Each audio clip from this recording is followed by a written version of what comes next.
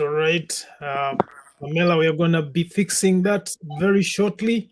But in the meantime, thank you so much for joining us here today. This is the African Alumni Association at the University of Toronto, and today we are hosting recent graduates from Makerere University. We are going to be discussing what the next step is.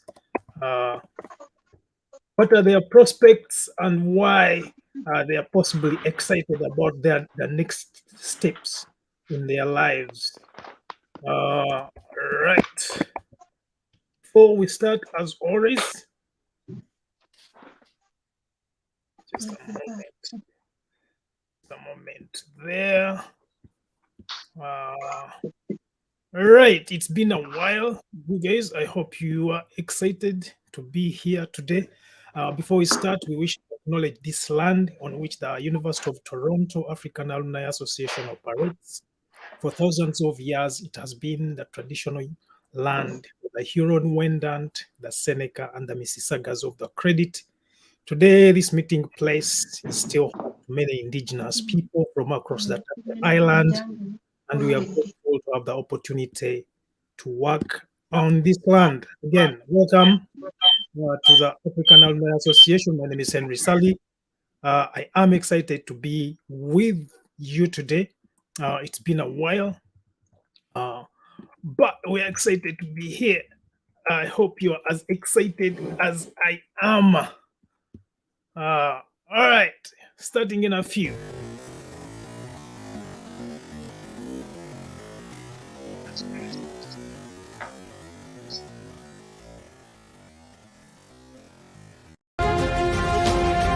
This is the state of the nation. Ibifa Mwanga.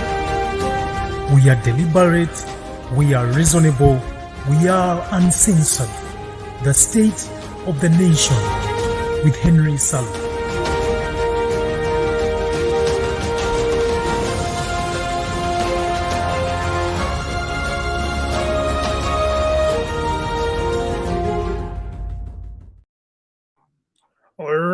All right. This conversation is happening on Twitter, Facebook, and YouTube. Please follow us on either of the platforms that you are watching us from. We have three brilliant minds, starting with, we do have the former president, the former guild president of Makerere University, Dr. Ivan Ssempijja. Dr. Ivan Ssempijja, pleasure to have you here today. You're going to be introducing yourself shortly. We do have the former GRC from the Faculty of Education, representing the Faculty of Education at Makerere University, Miss Nyangoma Pamerah. She's also with us here today. We are also here. We also have Mr. Asiimwe Nelson. He calls himself an activist for the now generation. They'll all be introducing themselves, and without any further ado, I'm going to start with the former guild president from Makerere University. Then I'll proceed with the lady in the house, Miss Nyangoma Pamerah, who is also the former GRC representing the Faculty of Education at Makerere University within the student government, of course. As well as Mr. Asiimwe Nelson. Mr. Dr. Ivan Ssempijja, welcome to the State of the Nation. Why are you excited to be here today? Great. Okay, so he's going to be joining us shortly. Of course, there is a glitch there. It's a network glitch, I would like to believe. I would like to believe it's a network glitch. Right. Okay, so it seems it's just me and the lady in the house, Miss Nyangoma Pamerah. So you're going to be representing the two gentlemen who have momentarily left because, of course, I think because of the network. Asiimwe, back. Asiimwe is back. Asiimwe, are you back? Surely I am. Oh, okay. There you go. So you are back. Miss Yes, I am. Pamela, Miss Pamela, can you hear me? Yes, please, I can. There you go. So I'm gonna give you an opportunity to introduce yourself first, in the same manner that I wanted the former guild president to introduce himself. Oh, wait a minute, he's back. Okay, so the former president is back. I'm going to assume that it's the network. I think it's not your network, it's the country's network altogether. So I'm going to give you the opportunity once again to introduce yourself. Mr. President, Dr. Ivan Ssempijja. Yes, all right. Thank you so much. I am quite very privileged and delighted to be hosted here today. My name is Dr. Ivan Ssempijja, and I am the 86th Guild President of Makerere University. I am indeed very honored to be here so that I can share at least my story, what is in for us following this so-called thing known as graduation. We just graduated recently. I graduated this last Monday, and there is surely a lot in for us because many of us have actually already started having a taste. We have already started having a feel of what is really out there for us. Given that many of us finished at last year, that is around December, and we have been out there for all these months, reality has already set in, and we shall surely be sharing the little we have with your colleagues. Thank you so much. All right. Thank you so much, Mr. President. You have already started painting a picture of how the conversation is going to look like. Why don't I invite the lady in the house? The lady in the house has a picture of a male, but I want to assure you she is a lady, a beautiful one for that matter. Miss Nyangoma Pamerah, please tell us why you are here today and why you're excited to be out as an alumni of Makerere University, recent alumni. Oh, wow. Oh, yeah. Thank you so much. I am and I am called. Should I also say I am Teacher Pamela? I've heard my former boss saying I am Dr. Ssempijja, so surely. I am Teacher Nyangoma Pamerah. I am a teacher, a proud one actually. I am a fresh graduate from the alma mater, that is Makerere University. Like the president has said, we've been in this field for a few months, of course, practicing, finding what to do here and there. And of course, we've learned some things and we've at least seen how the world moves, how different things are done. So surely I am purposely here to share with friends on how different things are moving in this new field, in this new life that we've entered.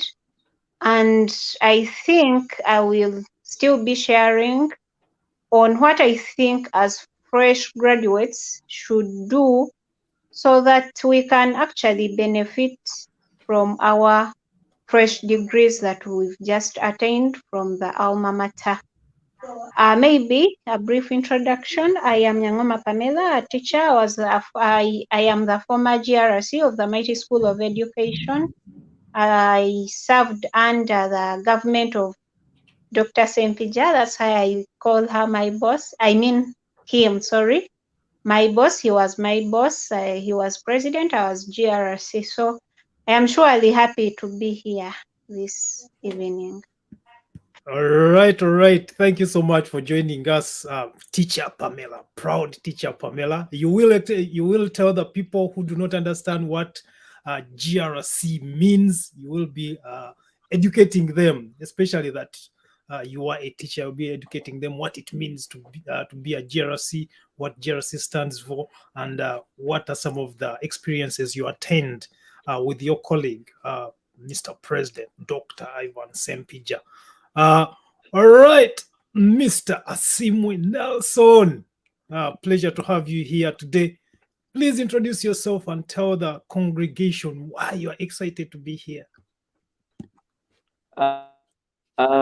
Thank you so much. I firstly want to extend my congratulations to these colleagues that added. I think all of us share the 72nd graduation as our alma mater, Makerere University, celebrates 100 years. I am by name Asiimwe Nelson Mushabe.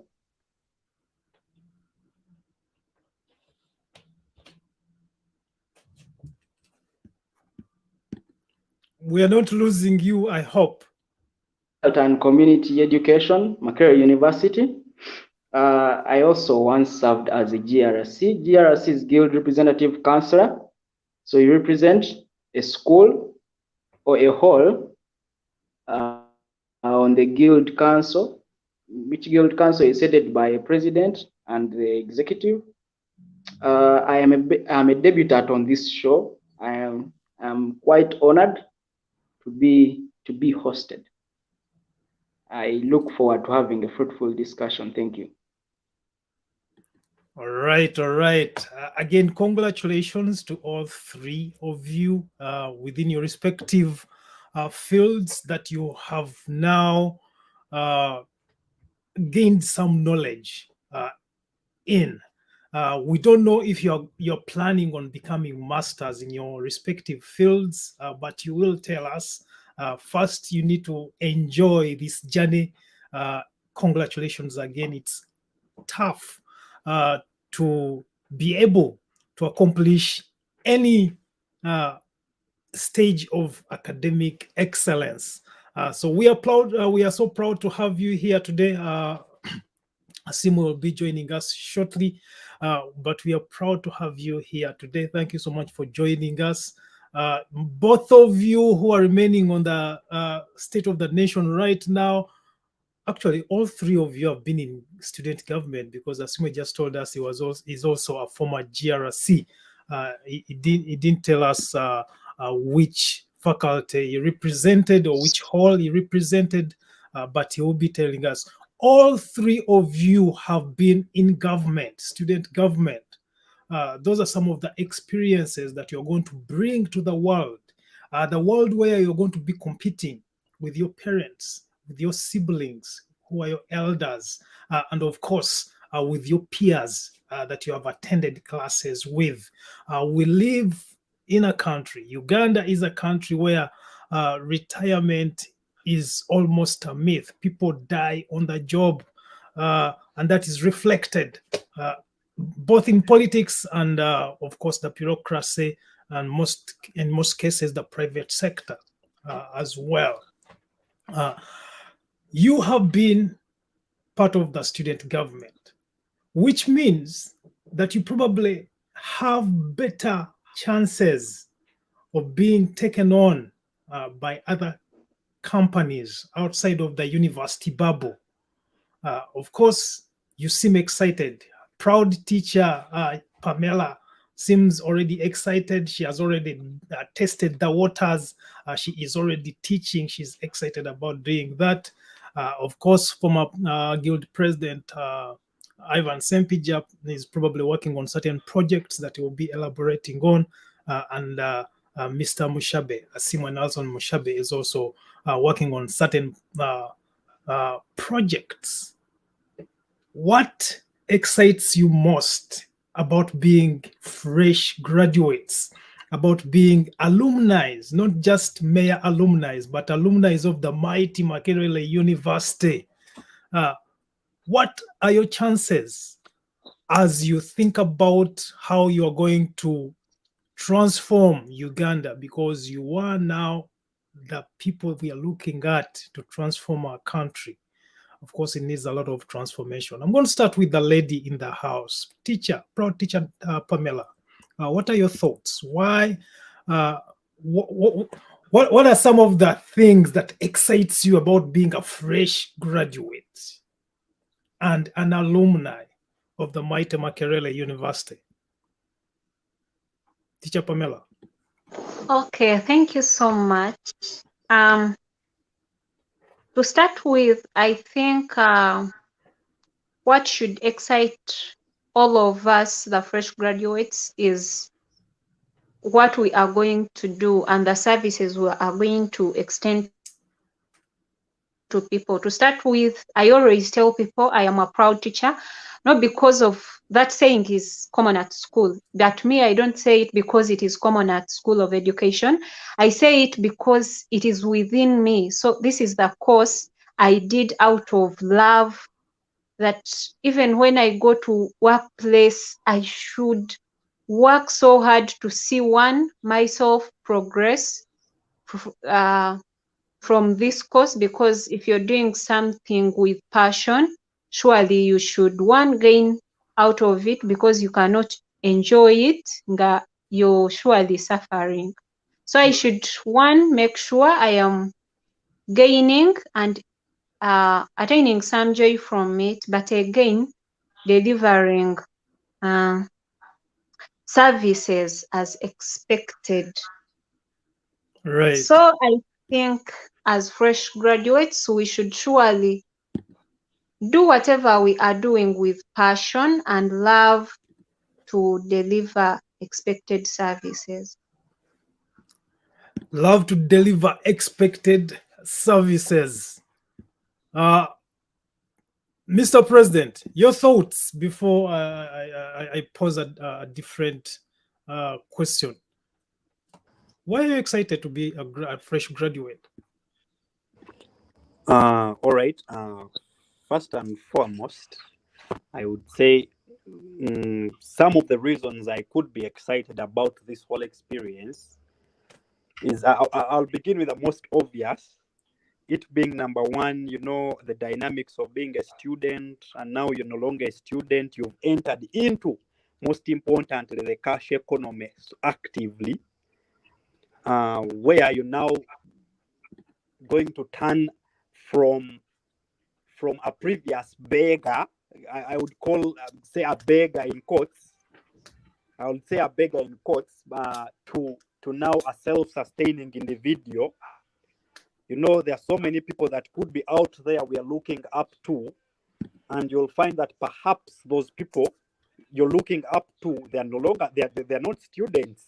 So if at all you want to be a particular, like a particular person, a particular individual, you have to first be within the same space where they are. You can't be a student and you're expecting to own arcades. You can't be a student and you're expected to be winning grants worth billions and billions of money as a researcher, just like a senior researcher, for those that could be in the field of research. And also, secondly, being fresh, just like you've said, you are fresh. You're fresh, so you can, perhaps there could be a feeling that you can better understand.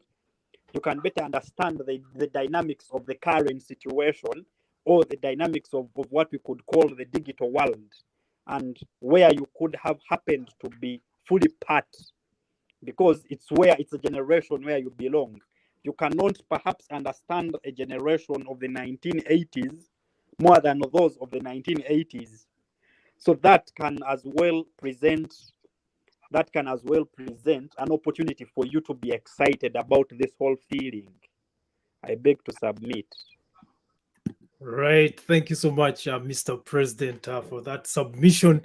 Of course, I'm going to give Mr. Asiimwe an opportunity to respond to the same question. Why are you excited to be a fresh graduate? And what are some of the prospects you are looking forward to taking advantage of and enjoying as a fresh graduate? Thank you, Ssali. One, I think I should categorically state I'm not so much excited. I should also state that I'm officially unemployed. Graduation, it gets me proud and challenged. Graduation gets me happy and sad at the same time. I go through school for all these years. There are some people who go through school for 5 years. That is tertiary education. They go through tertiary education for 5 years. I've gone through tertiary education for 3 years. And you get out, you get into a hopeless world. You know, you're hopeless and the world is hopeless again. We get into a gig economy. Really, there is no cash economy or something. We get into something that I would want to call a gig economy. People are going to go through school, get out of school, and they are not going to practice what they studied in school. You know, you have just said that retirement is a myth in Uganda. You're going to realize that everyone, most of the people in the public sector, but there is no space. That is why I am proud and challenged at the same time.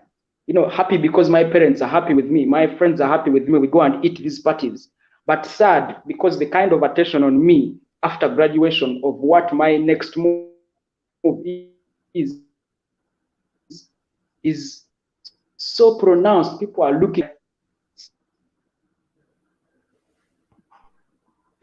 looking at you for the next move. What next? You can't give someone a conclusive answer. You know, I would say without fear of contradiction that people are forcing these old folks only to do the same. You know, people are devouring our opportunities. So you're going to realize that if we're going to take up offices, most of the young generation is only going to take up offices to take up the opportunities just like the old folks have been doing, because they see these people taking up their opportunities and they become angry and hungry because retirement is a myth.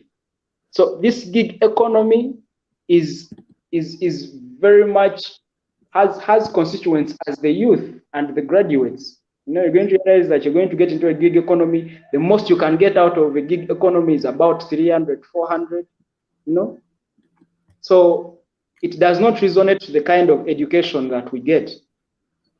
There are very many questions about the education. How the education levels in Uganda are devaluing.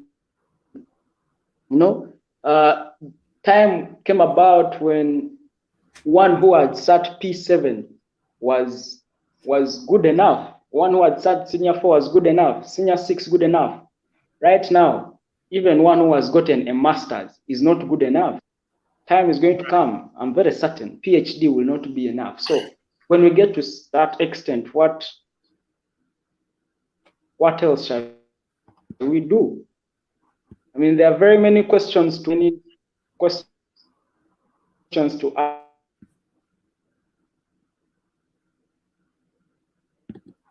Right. Ask and hope.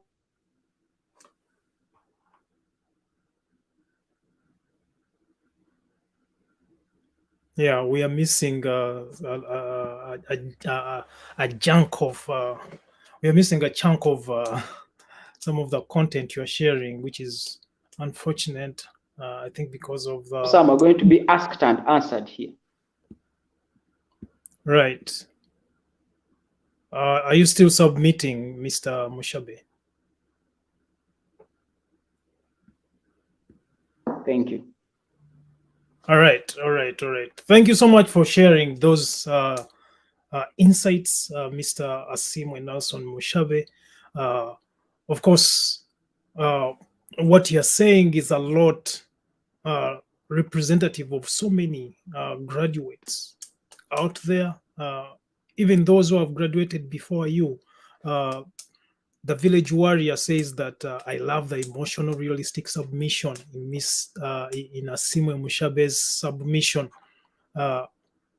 which indicates that, of course, you're providing some of the sentiments that many graduates, fresh and previously fresh graduates, and when I say previously fresh graduates, I'm referring to those people who graduated during the COVID period. If you had any such graduations, people who graduated immediately after the COVID crisis, many of them are still on the streets. Uganda is a youthful country. Many youth who have graduated either from tertiary institutions or universities, or even professional institutions, like people have gone through medicine or law school or dentistry. Many of them are still struggling to get where they should be or to work in their respective professions. Of course, proud teacher Pamerah is proud to be teaching right now after having accomplished her degree in education. She's happy with what she has attained so far. I want to thank all the people who are following us. Mr. Malejona, the village warrior. Mr. Malejona says that adult and community education to the world. Thanks, Comrade Asiimwe. Moshabe, then the village warrior has another comment here saying that in the present non-functional government, young people should embrace joint group venture to start their own income generating enterprises. Thank you, Village Warrior. All right. Village Warrior is also saying that, well, a PhD is already not enough. You're discouraging some of us who are pursuing these other rites of passages that we think may be useful, not just to ourselves, but also to our communities. But before we proceed, of course, Mr. Asiimwe's submission has been very emotional, but he is not the only one. There are some other people who are making public appeals to the employers, to the friends who promised them jobs when they were pushing them to study hard, when they were encouraging them to study hard. There are many people who have started making those public appeals. Some of them are posting posters and telling people what they have studied. Others are doing TikTok videos or other forms of videos to appeal to the world out there, to remember them, to remember the promises they made to them. And one of those is probably one person that you know, your colleague, is making an appeal to the people who promised him jobs when they were encouraging him to go back to school, to study and accomplish himself.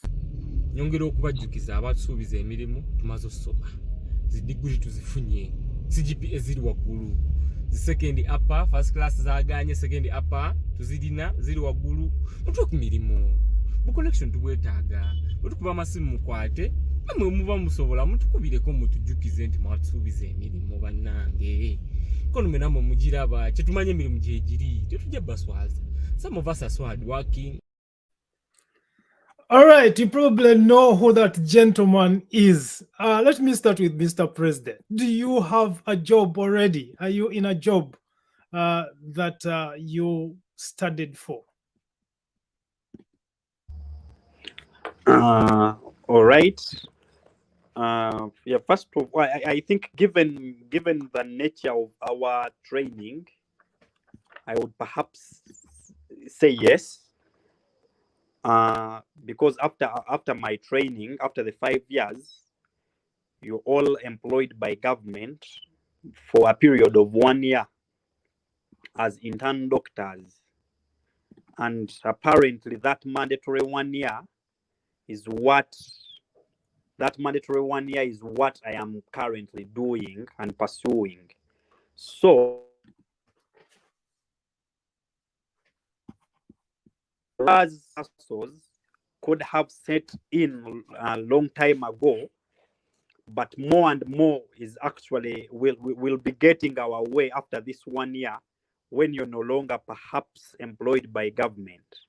And the number of challenges that we need to appreciate as fresh graduates, given we need to know what is really in for us. What is really in for us? We need to ask ourselves, what is, whereas I could be doing this right now, but what is my fate after this 1 year is indeed the question. After this 1 year, when you're no longer employed by government, responsibilities have set in. These are some of the things that are in for us outside you being excited about being a graduate.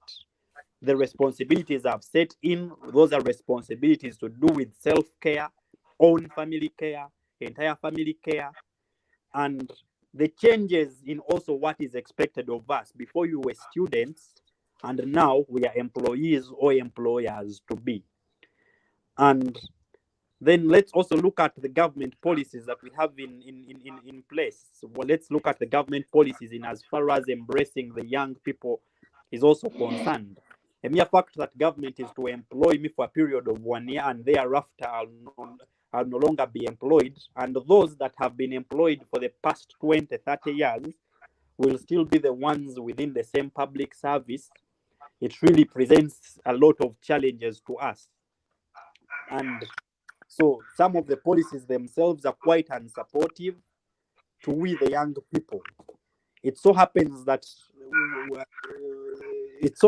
we are within a generation where we are struggling to occupy our own space. And we all know what Uganda, for example, how hard it is to search for opportunities. These are some of the things that are in for us. Given the people because of entirely two reasons. Number one, let's look at how many graduates Makerere University alone has released out into circulation. Makerere University alone has released 12,473 graduates out there into circulation. Where are all these people really going to be employed? But then on the other hand, you also ask yourself, okay, so they do not, should they not study so that they be little, or you understand? Right. These are some of the things we have to keep on asking ourselves, but it all goes back to the policies that we have within ourselves and the corruption within this so-called job market.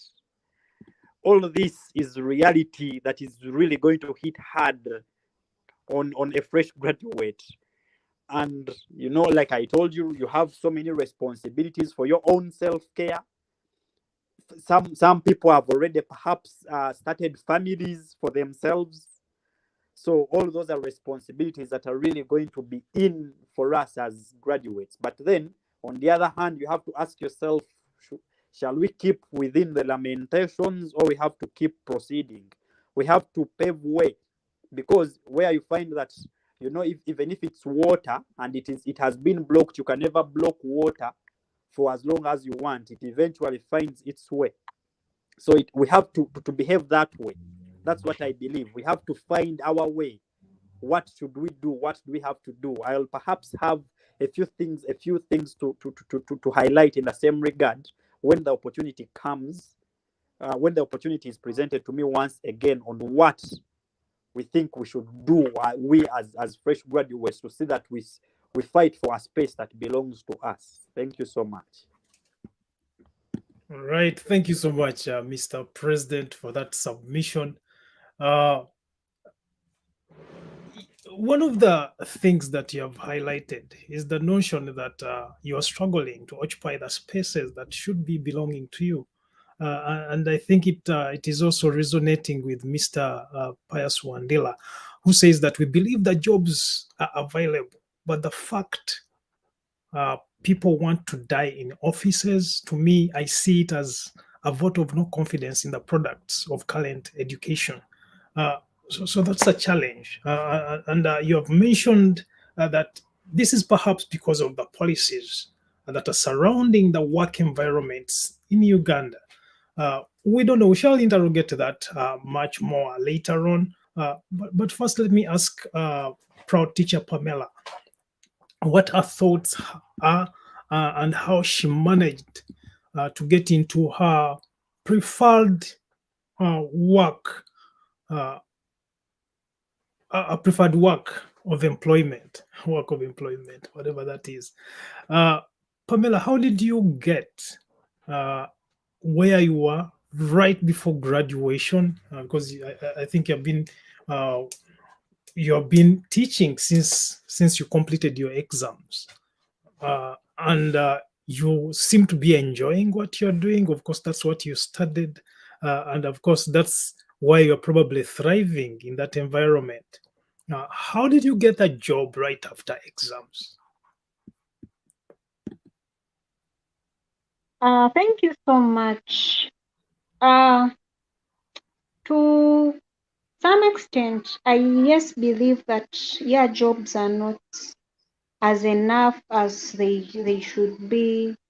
I mean, we graduate many, but offices are occupied by very many people that don't want to give us space and all that. But to some extent still, I think as fresh graduates, we are also, should I say, not ready or competent enough. I'll give you an example that we also have a mandatory practice that we have to undergo. It is also part of the study and all that. But you will be surprised that most of us got jobs from there.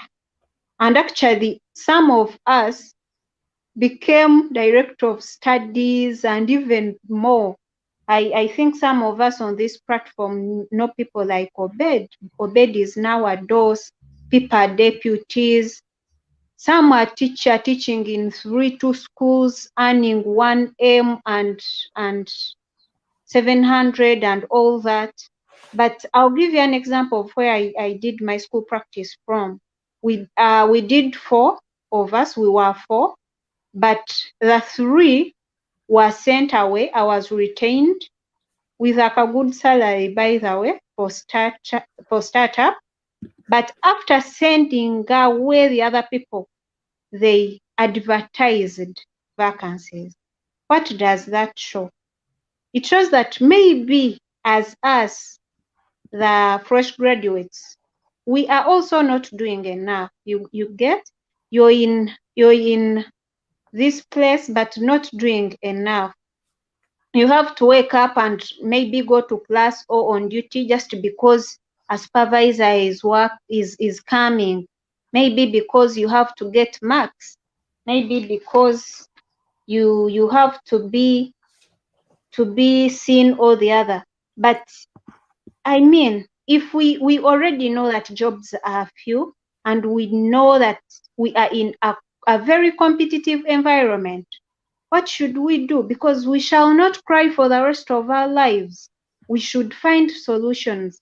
Can we give people reasons to give us these jobs? I mean, can we wake up and prove to these people that we are actually the best? Can we do our best in case there is chance? Because there is no excuse you should give me that, I mean, you're a teacher and you didn't get a job in school practice, where most of the old teachers had quit teaching. Almost all schools had vacancies. But you do school practice and come out and you tell us you want a job, surely. I think there is a problem. So we've all talked about this whole thing of government, no jobs, no what. But I think we should now change the talk, because that is becoming a song, and it seems it is not being handled any soon. Now what do we do? Do we quit school so that the people that go to school are few and that's how jobs will be enough? Or do we study and make sure we find our way out in this field? That's all I can say for now. Right. Thank you so much for that submission, proud teacher Pamela. Mr. Asiimwe Mushabe, Pro Teacher Pamerah seems to Yes. paint another picture, a different kind of perspective on why some of the graduates are not yet employed.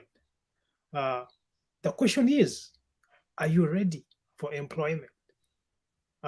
Should companies trust you to replace those who you say that shouldn't be there because they have reached their retirement ages?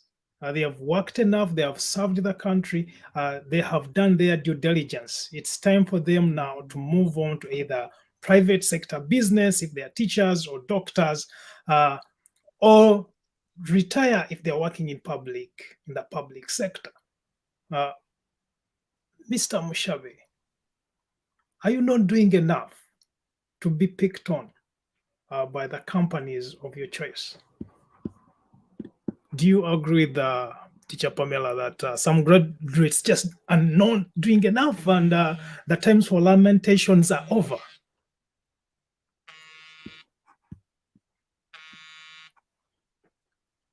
Mr. Mushabe?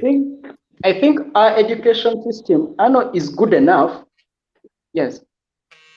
Yeah, please proceed. I think our education system is good enough. The kind of education that we are receiving is not good enough. You know, you can be a student and you go to class, but you know it that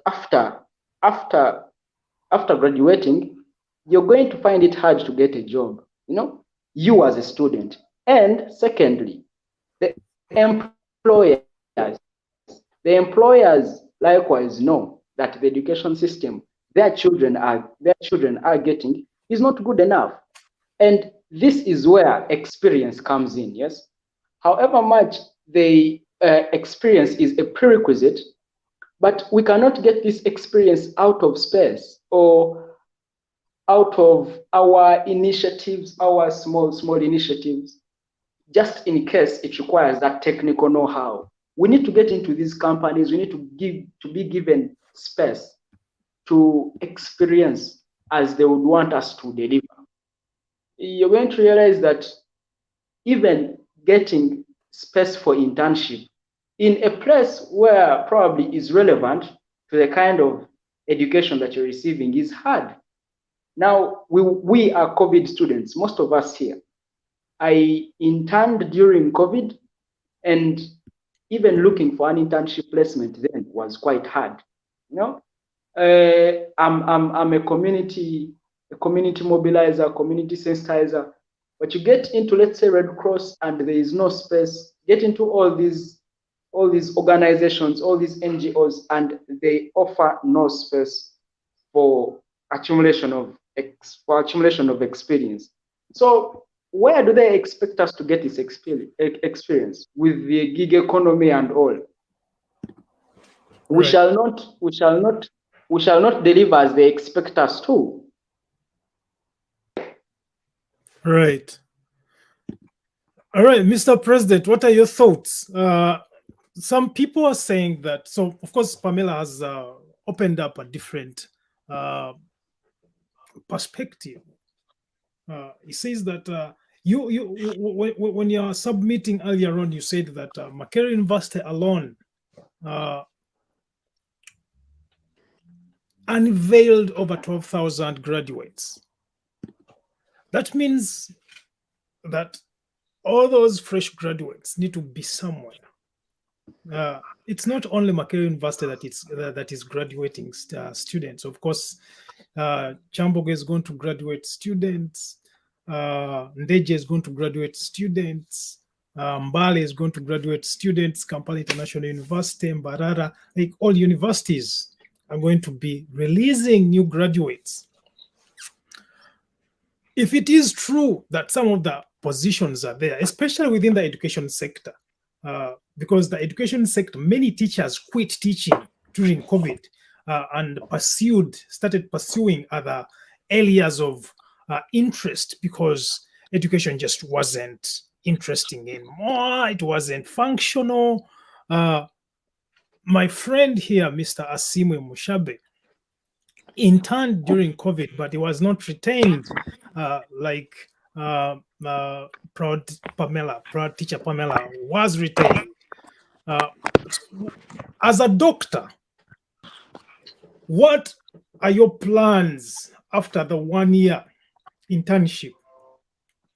To be either retained where you are interning, or to get into the space you think that you should be, that you deserve to be operating or working. Okay. Mr. President. Yeah. Yes. Okay. Yeah. All right. Yeah. First and foremost, now this such a question being quite very, because it's not more of a general question. It's more of a subjective one. Not the opinion in most cases with such a question is more subjective than objective. If it's that way, I think that has a lot to do with the individual themselves. You understand your personality, Right. yourself.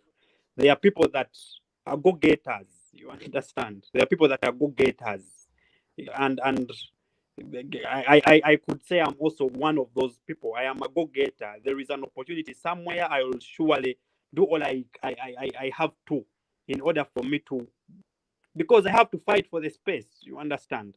Given that I have not really been offered the opportunity, the space, I have to fight for it. For example, I'll give an example where I work. I work at China Uganda Friendship Hospital, Nakuru.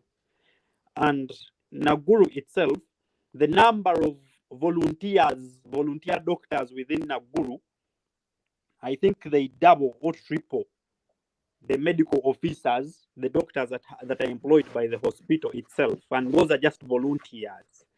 By the time people are just volunteering, then what do you really think is the fate? It really becomes quite challenging. But me, I believe, as an individual, what we ought to do, we really ought to be quite proactive. We need to be proactive. We need to be quite proactive to grab opportunities. We need to be go-getters. You understand? Opportunities will not find you in your comfortable zone. You will have to search for these opportunities yourself. You will have to search for opportunities. For example, I have a colleague. She was in Sedat. She was in Sedat. She was doing electrical engineering. And many people, with the way many people think it's not easy to get scholarships, that I know you people, you cannot just get that thing called scholarship. It is quite hard.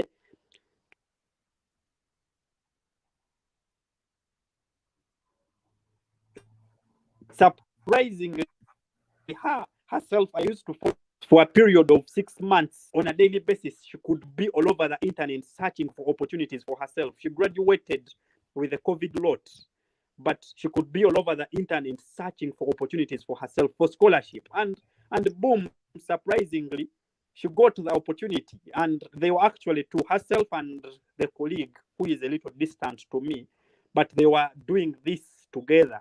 And surprisingly, they got the opportunity. But they were quite proactive.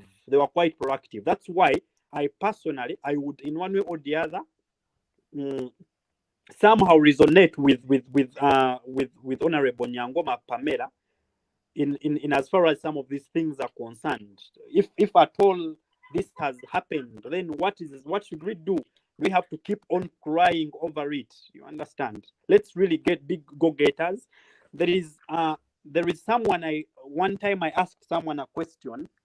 I was like, okay, fine. We were having a discussion about how the economy right now is really failing. And so as we were having this discussion, I posed a question to one of my colleagues. I was like, okay, anyway, fine, we're having this discussion, but for example, if you're given an opportunity tomorrow and we tell you, okay, you've become the Minister of Finance or you've become the Permanent Secretary, what do you really think you have the capacity to save this current situation? And when they try to think critically through it, they were like, no, but and this colleague of mine was like, no, but there are people out there that can do this thing well. I was like, no, this has to be about us. We are supposed to be we to cause the change that we need. And that has to do a lot with capacity building. Let us build our capacities. Whereas we have, if I am to resonate with Honorable Mushabe, there are a lot of the education sector itself could be a problem here and there. That is true. And it surely has to be rectified a little. But if at all, as we are trying to advocate for that, let us not only do the advocacy, but we also need to survive. You look for ways. How do we really get ourselves there? So to me, I would say, let's be proactive. Let us identify our passions. You know, when you identify your passion, these passions can, when you identify what you're passionate about, you can easily do a lot. You can sacrifice a lot for what you're passionate about. So many people, due to the education sector perhaps that we are having, this education sector can push you to where it wants you to go. You don't rather choose where you want to go in most cases. This is what the education sector has for us. But so on top of that, let us try to see that we identify what we are passionate about. When you identify your passion, we shall be in a position to create personal brands. Let us create personal brands for ourselves. For example, if at all I say I am interested so much in leadership and governance, what do I have around me that speaks that? What do I have around me that speaks that's what I am interested in? If I am a teacher, what do I have around me that speaks about that I am actually a teacher? So that every time people are thinking about a good teacher, you are the person they think about. You understand? There are opportunities that we shall get day in, day out, just because we have established the front end of our personal brands quite well. We need to have a personal brand. So one time, a colleague, I usually task colleagues. I tell them, you just wake up one day, go get your name and type it in Google and say, Mr. Henry Ssali, what does this internet know about you? That will show you how far you've reached in as far as establishing a personal brand is. People need to identify you with something. We are quite blessed to be in an era or in a generation that is digital. In that, in order for us to establish personal brands, you may not necessarily require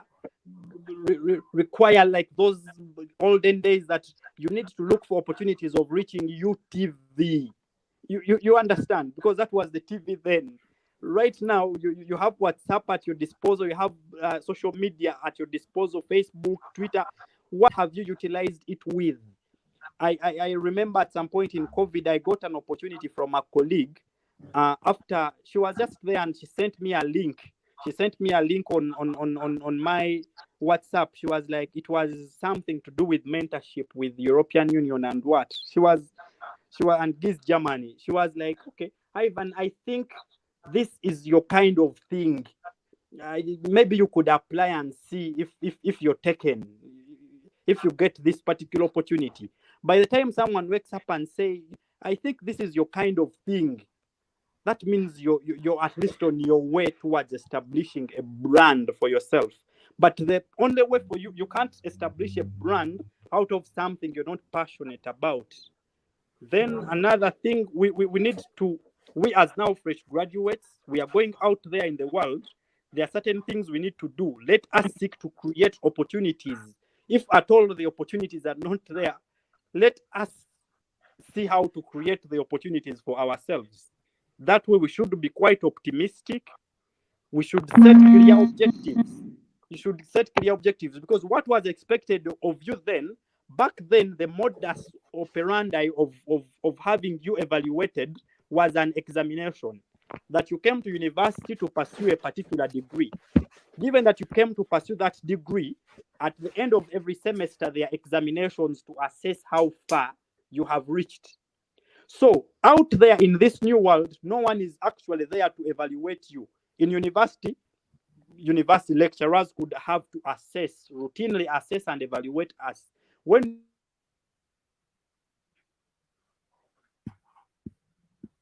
with the world where we have gone, some of the challenges, assess yourself. You're in for a self-assessment. So you cannot assess yourself when you don't know, when you don't have the baseline. You need to have a baseline. In order for you to have a baseline, you need to set clear objectives. Objectives have to be quite specific, and most important, they have to be time bound. I have had a number of colleagues, for example, given that I so much survive within this leadership and governance circle, I have interacted with a number of colleagues. They tell you, me, I want to be a politician. I want to be a leader. That doesn't really work. Eh? You say, I would like to be perhaps an LC5 councillor of this and this place by this time. That way, you will be more directional and intentional in as far as achieving what you need to. So that way, you'll keep on assessing yourself. Self-assessment will not be a problem. You need to assess yourself routinely. We need to know where we are now and where we want to be tomorrow. So me, I am in for internship now, but I am already trying to think about where I want to be after this thing called internship. Because me, I am one kind of person who will have to evaluate and assess myself on a daily. What have I done today that betters me for tomorrow? So I think with that, that can largely try to answer that particular question from an objective point of view, and to also a subjective point of view. Yeah, personally, I wouldn't really. I'm not really to be hustling to be retained. If it so happens, let me just try to establish my brand so that they think they can retain me. But other than that, me, I would really be a go-getter. I will do all it takes. I'll be proactive. I will struggle to occupy the space that I must. Thank you so much. I beg to submit. Thank you so much, Mr. President, for that very passionate submission.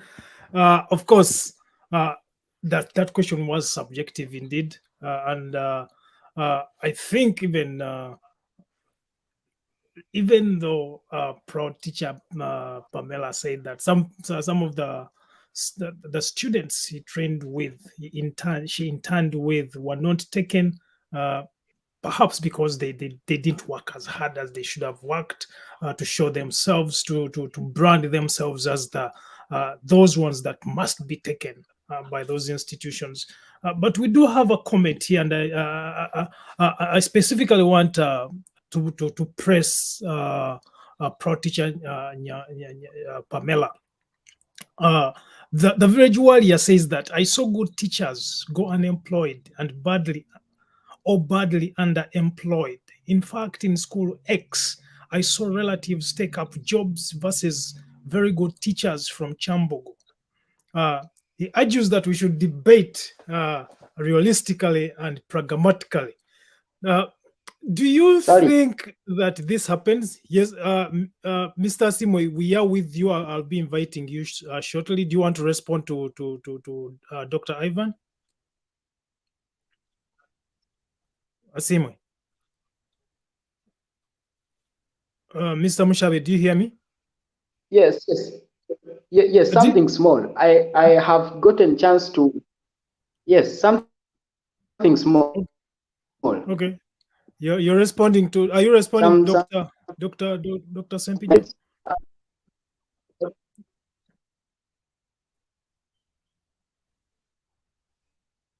Yes, proceed. Dr. Ssempijja. Yeah, please proceed. Yeah. I have gotten chance to get a glimpse of what happens in the two professions. That is, they are not unemployed or have higher rates of unemployment.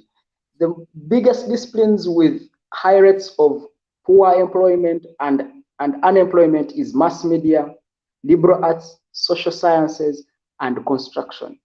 I mean, so, realistically, just like the village warrior stated, just in case a graduate teacher approaches you, what chances do they have of getting a job, considering the fact that there are very many teachers that have given up on jobs considering the COVID-19 effect. Doctors, how many doctors are going to have that chance of landing a job compared to probably a social worker? I mean, this NGO space is hugely fought for by the big elephants, in quotes, let me call them that. So compared to other disciplines, teachers and doctors, I mean, they do not face the wrath of unemployment and poor employment compared to other disciplines. Right. So when they be, yes, they should be open-minded enough that even other sectors are put into consideration. Thank you. All right, thank you so much. Thank you so much for pointing that out, that we do have a doctor on this platform. We also do have a teacher on this platform. And even though teachers and doctors are very much underpaid within the realms of governance that we have today, they are still not as severely underemployed, or there's not so much lack of jobs. So it's easier for a teacher to break through the system and get employed, even though the potential will be underemployed. They still will have something to hold on to as a job. Similarly, doctors or medical practitioners are likely to get employed even when they're underpaid than in other sectors such as mass media, humanities, social sciences, and liberal arts. All right, thank you so much for pointing that out, and I think we need to put that in context as we engage in this conversation. Proud teacher Pamerah, how do you respond to the Village Warriors' accusation that even within the education sector, there are potentially some favoritism that is going on in certain schools? Is this a reality in Uganda? Well, of course, when I was submitting, I didn't say such things don't happen. But me, I have, or I am working hard to draw my minds away from things that I don't have control over. So I am saying, yes, even leaving favoritism alone, even schools in Uganda are not enough to take in all the 1,000 teachers that graduated this year, and the more that have been graduating year in, year out. There are many factors that cannot favor all of us. One, schools are few, they cannot take in all of us. Two, favoritism and all other stuff is going on. And yes, me, I am saying now, I don't have control over that. But I have control over some things, and that is what I was submitting on, that if you're given opportunity as a fresh graduate, can you surely leave a landmark that when tomorrow Henry is given a chance to maybe forward the best teacher, he will be able to think about you? Right. When maybe there is an opportunity in my school for DOS and all that, will I be able to think about you? I gave you an example that where I interned from, people were chased away, but after them leaving, they advertised the positions that they were taking. I mean, they were in before. So that shows that they were not fit for them. So me, I am saying all other things are going on, yes, but can we do our best as fresh graduates to make sure that we fit in those spaces? And I think that's a fair assessment of events. Of course, very many people will graduate we graduate at different levels. Some people graduate with passes, others graduate with third class, second class, first class. Of course, for the teachers and doctors who are given opportunities to engage in internships, a year of an internship or teaching practice before they actually get hired. Those have a different dynamic because before you are hired, you get to be seen working in practice. The employer gets to see you for a year to decide whether they want to keep you or not. And that is something that fresh graduates should not take for granted. If you are given an opportunity to practice in a school or a hospital, do your best to be retained, either to be retained or reevaluate yourself every day in that. If you're not retained in that institution that you are in, you're practicing in, you are going to be recommended to another. Friends within other entities will recommend your name because you are good at what you do, because you have branded yourself as someone passionate at doing what you do. Going to, because Mr. Asiimwe talked about the gig economy, which is very, very realistic in Uganda. Very many people, by the way, it's not just in Uganda, even here in the diaspora, even here in North America, people do business and end up in social work. They do social work and end up in business. Like there's no clear cut that you're going to do what you study for.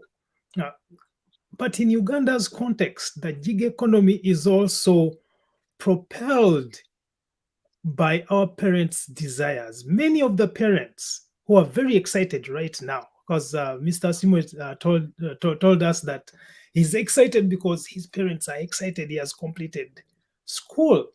So sometimes we study programs, not because we are passionate about them, not because you're going to succeed career-wise in those fields of work, but because our parents wanted us to study that.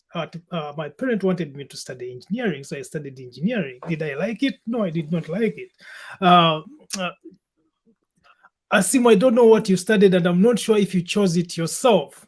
But what do we do with students who have just graduated because their parents wanted them to be an engineer, but they're not really interested in engineering. They're interested in mass media.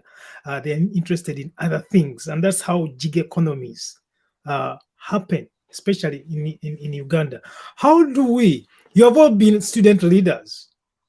How do we convince our parents to give us an opportunity to study what we really are passionate about and what we hope to succeed in when we graduate? Let me start with you, Mr. Asiimwe.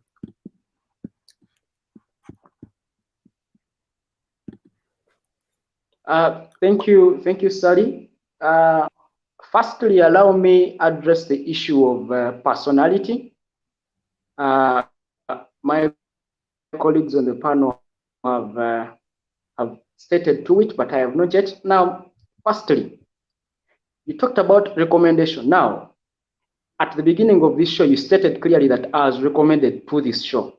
People were surprised as to why I had not yet appeared. Now, by the time someone is recommended to this show, then that someone is not of a paper personality, is not of a funny personality. I mean, this show has hosted some of the biggest minds of this planet, right? So I would that is why I say I'm very honored. I could be in the same association of the big minds that you host on this platform. So again, that takes me back to the leadership. Leadership helps to mold us. Leadership helps us to build that personality. You know, that is why we are on this platform, right? So I was a leader. Dr. Ivan was a leader. Nyangoma has been a leader. I was sharing with a few of my colleagues at campus when we went back just before graduation. They thought that by now, a person of my stature who had served and quite very notorious at campus would be having some space where I would even be inviting them. But to their dismay and surprise, I do not have anything.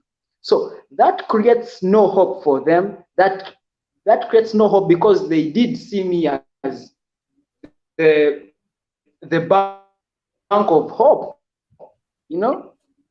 They did see me as a bank of hope from way back in 2018 when I aspired to now. Right. Just that right now I have nothing to show. I really have nothing to show how best they could move forward. So we have created the personalities, but just like Dr. Ivan has said, the space is to be fought for.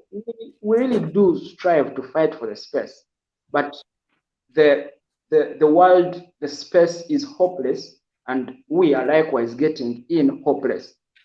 No? About passion now. In 2018, 2019, there happened to be a strike at campus about tuition, of course. And I sat down, authored something.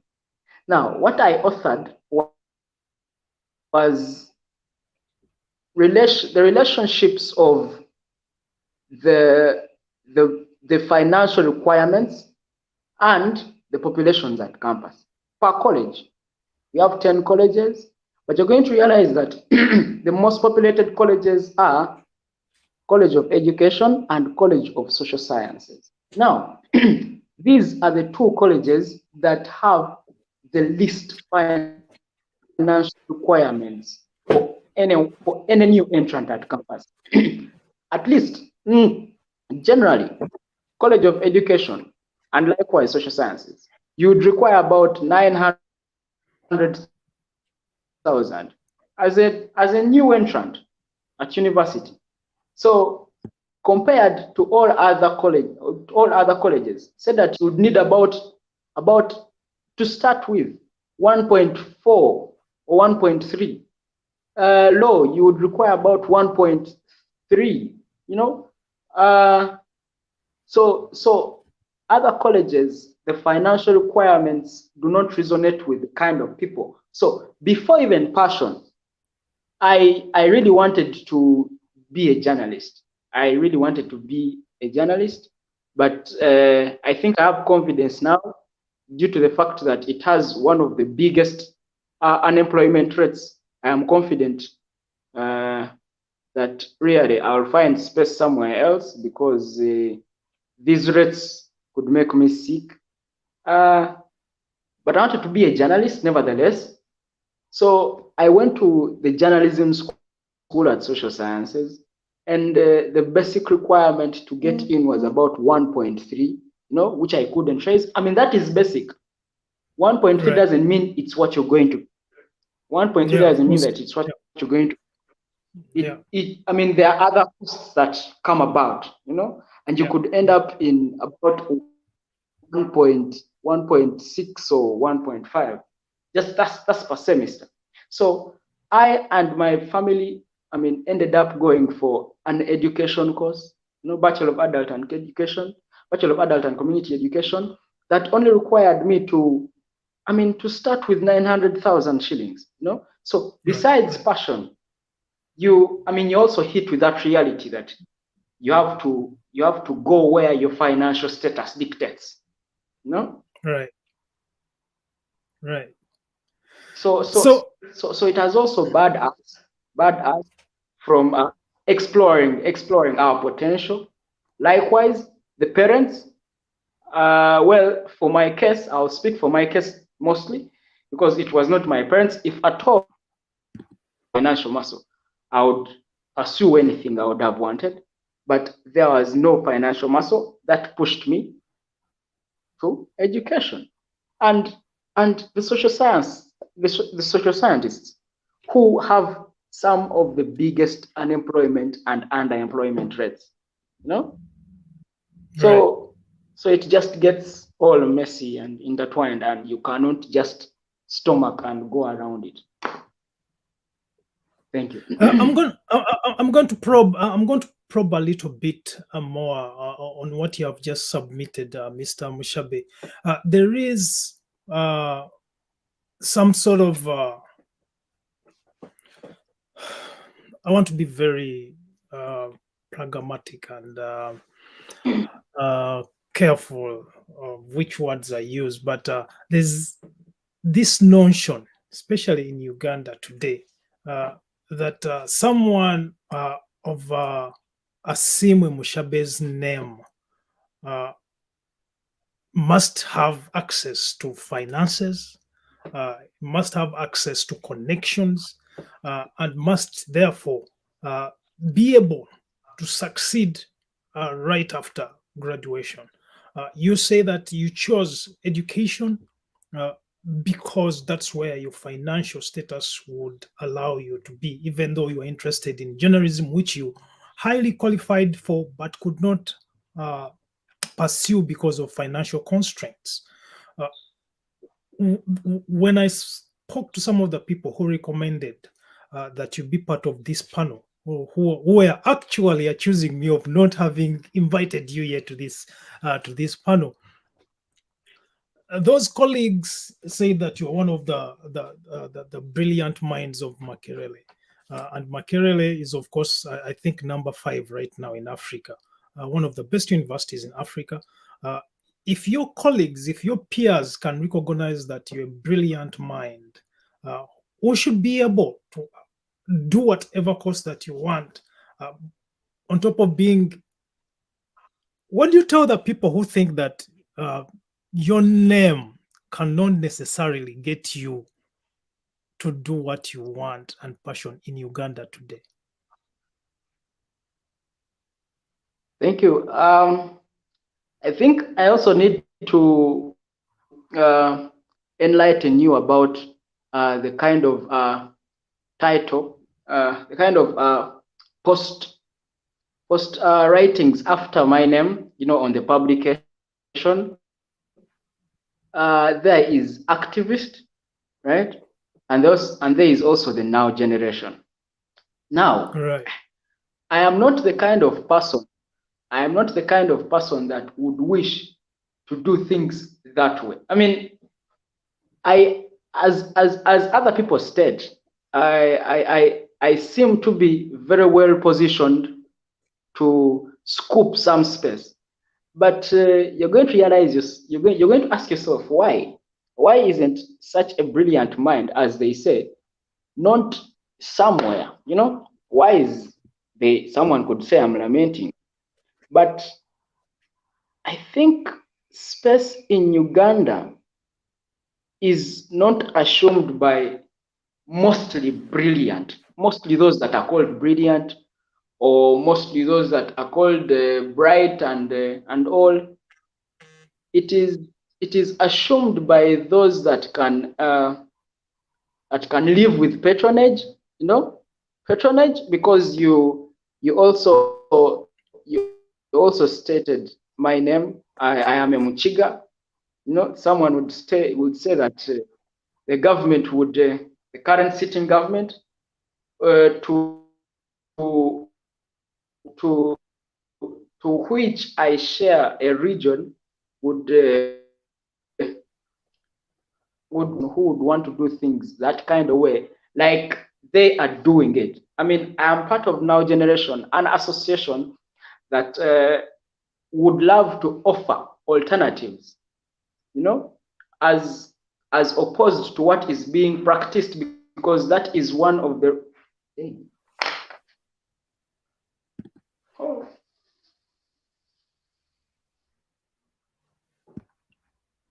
Right.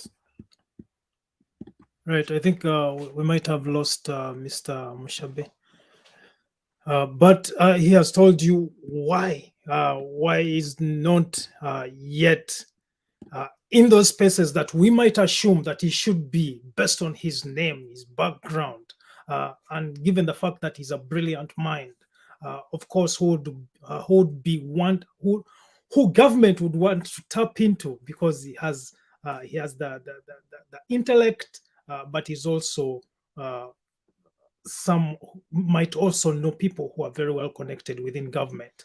Beside that conversation, I'm going to go back to the issue of having graduates, because much as we are talking about underemployment within Uganda, we also have to interrogate the notion that many graduates finish school completing courses that were preferences for their parents as opposed to themselves. And that could be partly the reason why they are struggling to break through the workforce in Uganda.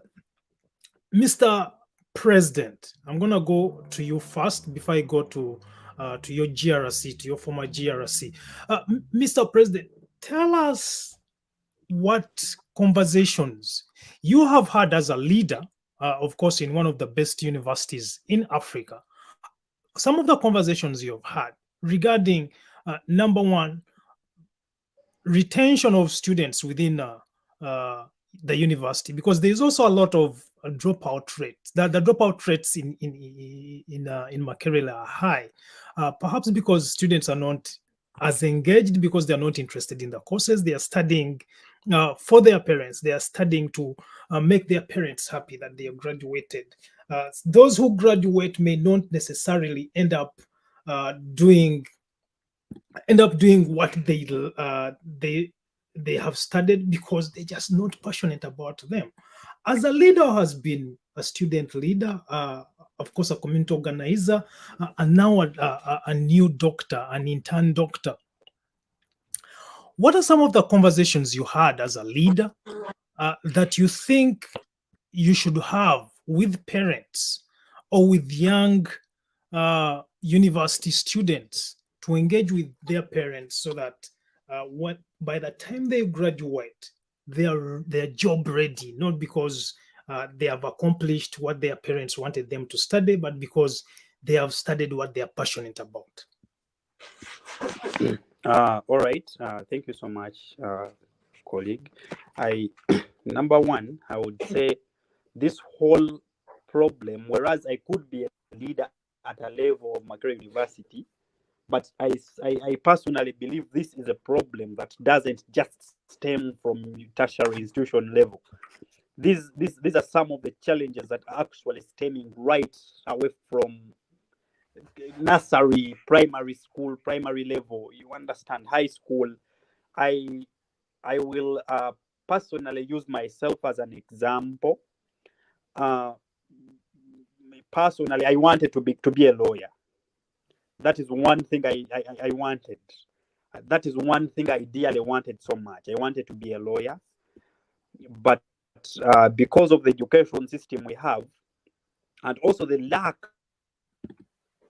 of mentorship, maybe the appropriate word to use is right mentorship. We really deserve the right mentorship. We deserve the right mentorship. For example, a child who wants to be a lawyer, doesn't make sense for them to be motivated, to be mentored by a teacher on how to be a lawyer. You understand? The teachers, right. These are people that that should perhaps be helping us on guiding and offering this discussion direction. In that, someone who wants to be a doctor, let them be mentored by a doctor. You understand? Right. Let us really get as low as down there. Let us try to change that stereotype that our society has, that thinks that whoever scores such aggregate at this level is supposed to go to this particular direction.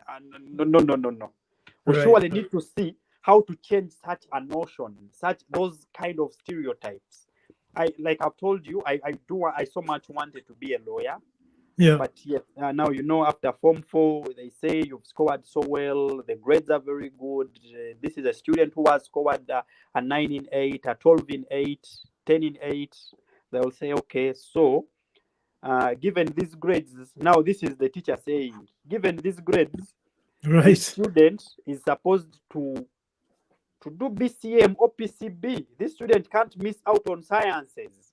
You understand? But me, Right. whereas I have scored that way, I perhaps want to be, I want to be a lawyer. You understand? Offer me Yeah. the opportunity too. Offer me the Right. opportunity too. And our parents themselves, I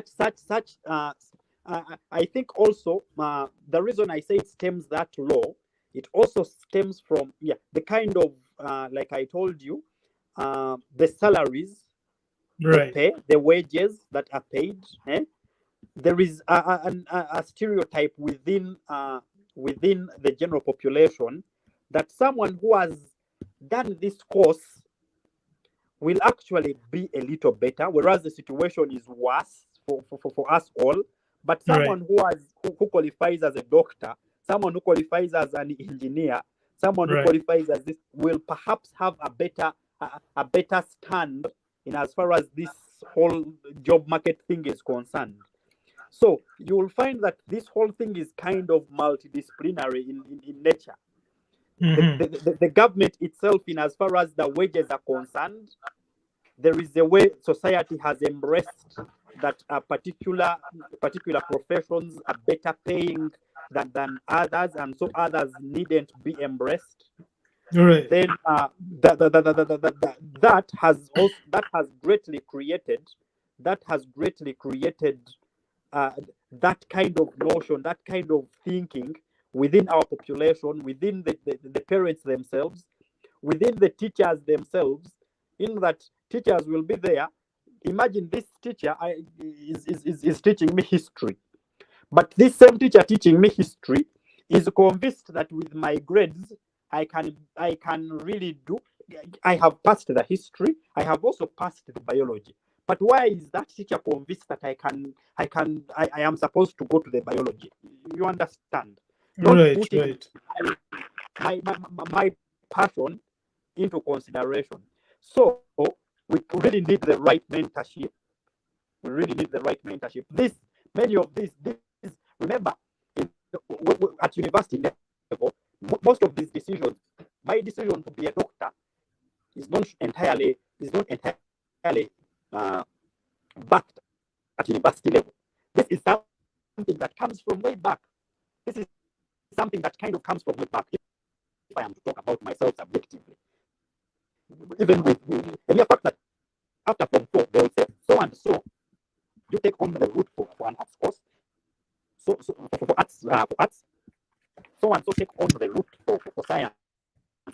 There is a way it's already trying to dictate where it wants me to go. Where it wants me to go, not rather where I would personally want to be. Right. And I think we surely need to attack this, not just at university level, because by the time people at university, by the time, yes, I am done with Form 6, I am done at BCM, you've scored 19, 20, 18 points, there is a way, it's just automatically, it just looks automatic where you have to go. There is a way, it just looks automatic. So the challenge is not entirely at university level. This whole thing stems from way back. I strongly believe we need to open up this discussion at levels as low as primary level. And like I said, it's so multidisciplinary. This doesn't need only we or only the teachers themselves. It requires government as well to come on board and rectify the few things that are not really right, so that we try to change. It won't be an acute thing. It won't be acute. Yeah, we don't hear you clearly. Mr. President, we don't hear you clearly. Yes, hello. We don't hear you clearly. I don't know if it's the. I'm not sure what's going on. I actually can't get you as well.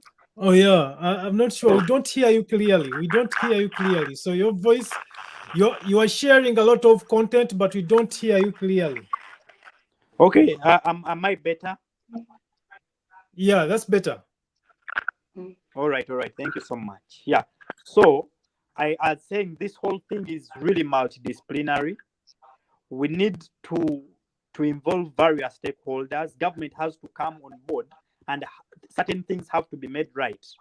The education system to begin with itself. When you actually try to see, if I resonate with my colleague, Honorable Asiimwe, this education system, there is a way it will, most people that are in school, they will say, if it is time for the exam, let me read, go past this exam and forget these things after. You understand that kind of thing? Let me read. I remember that. I go and write it, then after I forget.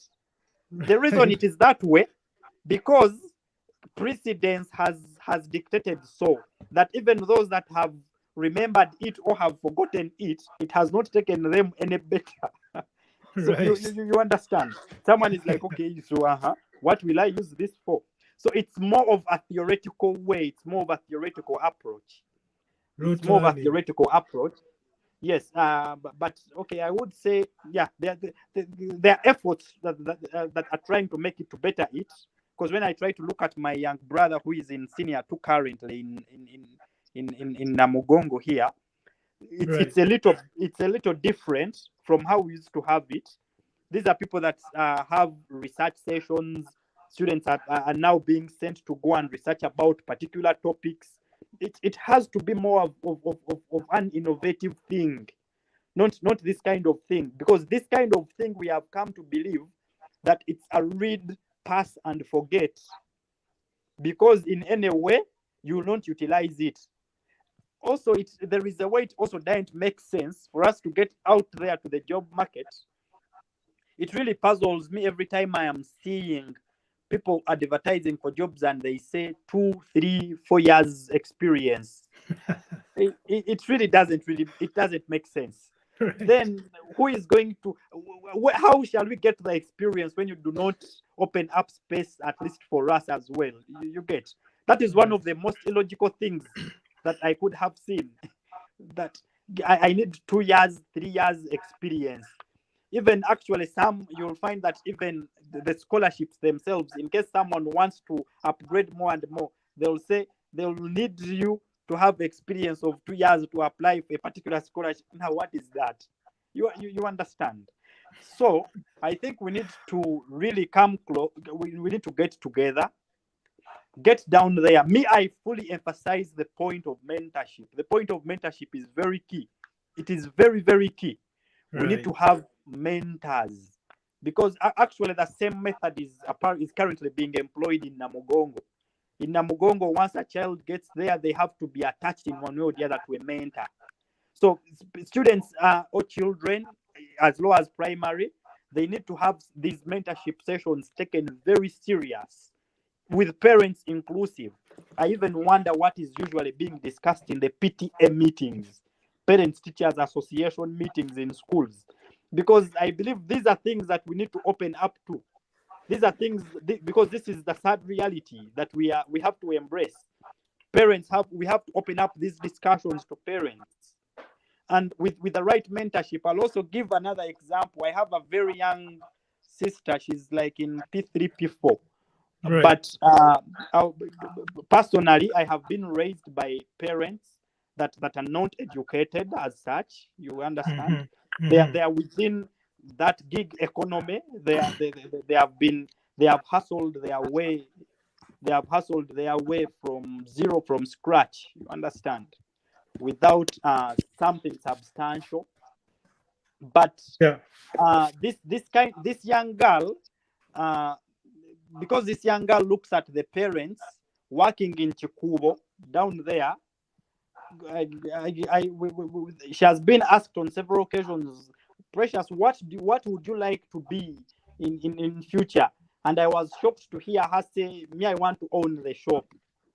I know, but that's not a bad thing. That's actually that's a good exactly thing. So I'm trying to show you where this whole thing is going. Mentorship, yeah, mentorship. You understand? Right. This whole thing called mentorship. When she says, I would want to own the shop, you ask her, why would you want to own this thing called the shop? She's like, now with the shop, we have been eating, we have been going to school. You understand? With this thing called the shop. You understand? Yes, So yes. that thing called mentorship is really very important. We need to mentor these people. For her, she's convinced that the only way she can, back then, what we were thinking about for us, what do you want to be? I want to be a pilot. I want, and stereotype is changing slowly. We need to really hold these discussions. Let us open up to them. Thank you so much, Ndugu. Thank you so much, Mr. President. I want to give Comrade Asiimwe an opportunity to finish his submission. He didn't finish it earlier, but I also want to acknowledge Dr. Joel Milembe, who has rightfully corrected me when he said that there are so many things that could affect why people do certain programs, study different things. He cites poor career guidance and, of course, mentorship, which you have been talking about very passionately here. But he also cites others that, of course, Mr. Asiimwe cited in choosing his program, economic, financial muscle, or environment. There are so many things that affect, that cause people to study what they study, even when they may not be passionate about them or excited about them. We do have a few minutes remaining to wrap up this conversation. So I'm going to give you both an opportunity to wrap up and tell us what your prospects are, given where you are right now and where you see yourselves in the next 3 to 5 years. But first, Comrade Asiimwe, finish your submission earlier and then give us what you think, where you see yourself between 3 to 5 years, and what we need to do as the young generation of this country to straighten up, to correct the wrongs that have seemingly been done in the previous 3 decades or so. Sometimes when you talked about mentorship and you talked about your sister owning the shop, I also thought about General Muhoozi, who wants to govern our country because his dad is the president of Uganda. So while we are talking about mentorship, we also have to have a measure of what that might mean to us, but also our children. Does that mean that if your father has been a Speaker of Parliament, you should also vie to become the Speaker of Parliament? Those are just rhetorical questions, of course. I don't think you should answer them directly. But Mr. Asiimwe, please proceed.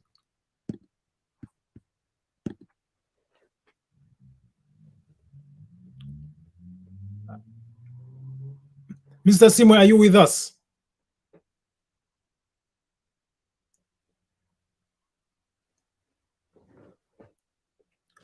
We see you here. We see you're not muted, but you're not speaking. Okay, so we have lost Mr. Asiimwe. He will be joining us shortly to give us his submission, but also other things. Let me challenge Mr. President to talk about let us dig deeper about the mentorship, the mentorship thing there. Should we mentor our children to do exactly what we are doing in regards to what's happening, especially the example that I've cited? Yes. The one, yeah. All right. Please yeah. proceed, Thank you so much. Number one, I would say what we all yearn for is success. We all yearn for success. Regardless, we all yearn for success. And we all yearn for our well-being. Right. So it wouldn't really do you any harm to mentor your child to be what you are, so long as you are successful. Because regardless of whatever we are doing on earth, we want to be successful. Right. You want to earn a living. If it wouldn't really do you any harm for your child to be exactly what you are, if at all you are successful. Now, this is what presents a challenge, given the example that you offered. The example that you offered, I would open up to it in this manner. It wouldn't absolutely do any harm for Muhoozi to want to be president. It wouldn't do any harm for him to want. Everyone has a right to want. You understand? I can also say I want to be. You understand? But the manner into which you're supposed to become is what matters to us. If you say, I am presenting myself to be president, if people say I become. You understand? Right. Unlike the other, if at all, anyway, let me first finish up with this. If for example, Muhoozi wakes up one day and says, like he woke up and perhaps there is an agenda ongoing, Muhoozi for presidency, I would perhaps say, yes, it's okay, let him want, but the channels, the means are what really matter to us. Are the means right? Right. So essentially, we have to. It's up to the public to ask the tough questions. Are you qualified? Exactly. Are you the one we want? Are you the one you want? Should you be running for president of Uganda? Exactly. You understand? Okay. Right. Yes. Obviously, one of the reasons I personally wouldn't even want to hold that as a discussion. I wouldn't want to hold that as a discussion. Reason being, why I wouldn't want to hold that is because if at all we are convinced that we are the ones to decide, because we are the voters, you understand? Right. Then let him present himself and we don't vote for him. And we don't entrust him with the power, you understand? But a mere fact that people are holding a discussion, it really disheartens me. It disheartens me, it discombobulates me quite much. That perhaps that's because they know they don't entirely have the power. Could that be the reason why we are having this? That really shows me I am really dealing with a generation that has perhaps lost hope. You understand? People are convinced they can't do a thing about that particular thing. You understand? Otherwise, under normal circumstances, we wouldn't be holding such a discussion. Just like George Washington Bush became president, and the son later also wanted to be president. You present yourself and let people decide. But you understand, that is the manner, the means within which you want to achieve it. Do you want to call it a monarchical system or not? That is where we have the problem. That is where we have the problem. And then George Bush. Exactly. Unlike this one, if at all I am a doctor, God helps me one day, I get successful, and my child is convinced that the road to success is being a doctor, let them go and enroll, let them go to the medical school, let them pass the examinations and become the doctor. You understand? If at all they are convinced and they have identified that as their passion, then I'm going to interrupt you and give Mr. Asiimwe an opportunity to speak because it seems the network is disturbing him.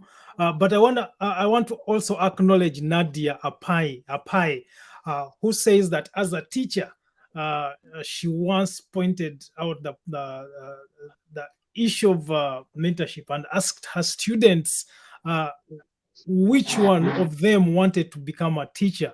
And none of them raised their hands because they think the perception is teachers are poor, therefore I cannot be a teacher. None of them raised their hands. The question is whether if she actually followed all those students in that class, if none of them actually pursued an education program later on in their lives. That's something we can pursue later on. But Asiimwe, welcome back. We are sorry that the network is disturbing you. Please proceed with completing your submission and telling us the prospects of the future in 3 to 5 years time.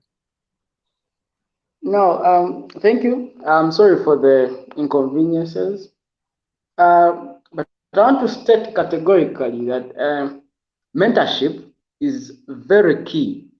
It's very key with directing our education efforts, in a particular way. But I want to say, what is mentorship without the capacity to realize it?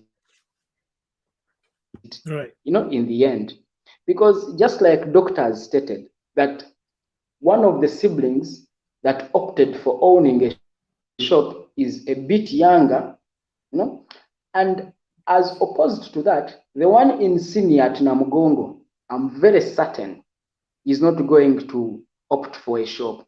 I'm very at most certainty is not going to opt for a shop.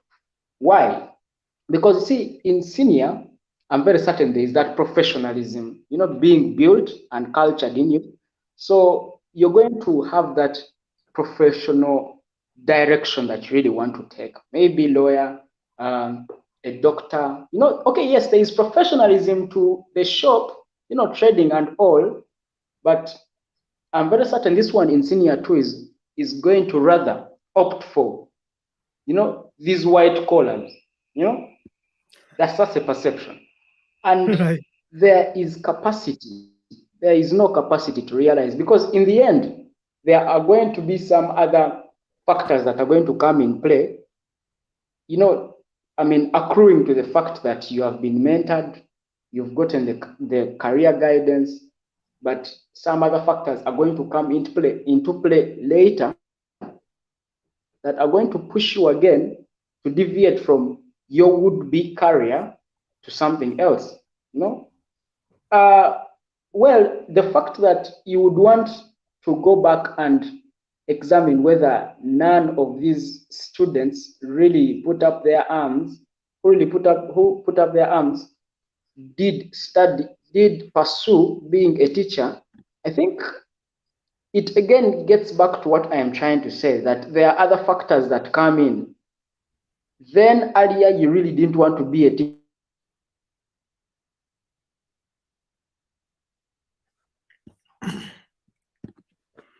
I hope we are not losing you again. Okay, so we have lost Mr. Mushabe again. Right, we have lost Mr. Mushabe again. Do you want to respond to what Mr. Mushabe has said so far? He's back. He's back. All right. We are still waiting for you. Are you able to speak?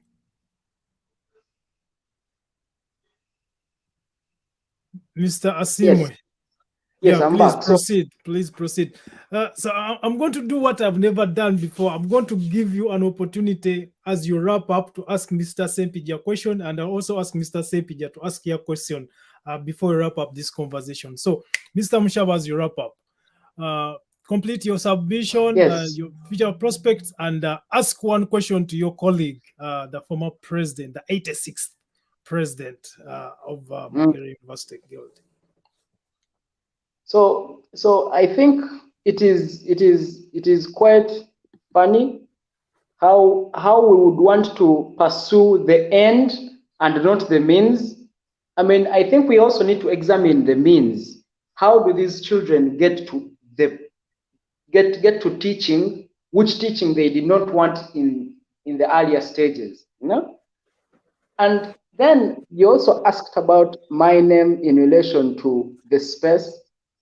The now generation that I said I am an associate of seeks to give alternatives on how this country is governed. So this country has never given me that confidence. The education sector that this country has rooted for has never given me that confidence that I would one time leave school and get into the job market and I start earning those very good 6 figures, those very good 7 figures of pay. It has never.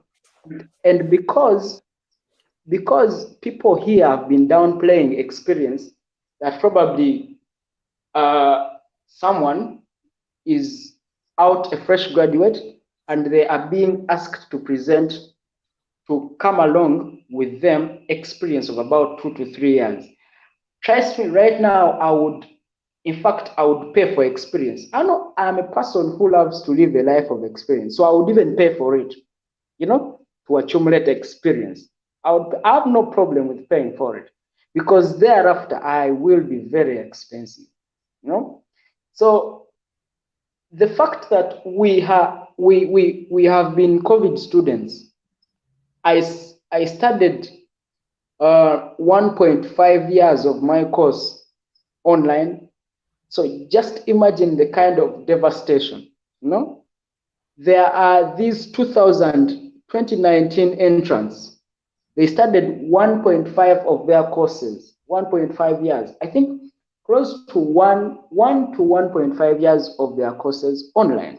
I have a sister doing education, but just imagine the kind of frustration that she went through.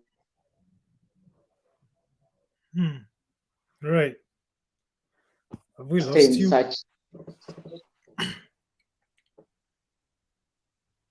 I was still saying that we are COVID students. Right. Yes. I studied 1.5 years of my course online. We have these 2019 entrants, they studied close to 1 year of their beginning courses, of 1 year of their courses online. So just imagine the kind of frustration that these students have endured. You are at a university, a completely different environment, and you are beginning your bachelor's online. Which country has not provided the capacity to sustain such a decision of having education online? I'm not saying that we should not have education online at all, but if at all we are to make that decision, let us have the capacity in place, to uphold to the task. Because right now, a good laptop, a machine, is about 700, and that is the minimum, 700. An education student institution is 900, basically. So that is close to someone's tuition. So you expect someone who gave up their career for this career that is financially doable, viable, and you expect them to go for a laptop, a machine, just for starters, of 700,000. That is not working. It is not working. Plus, there are some other costs. There are data costs. Just like right now, it is not a lecture, but I'm being disturbed by network. I'm very certain. Electricity can go right now, in the middle of an online examination. Load shedding lately is very common in Uganda, even in Kampala. And that's quite the case a few years back, but I don't know what's wrong with these times.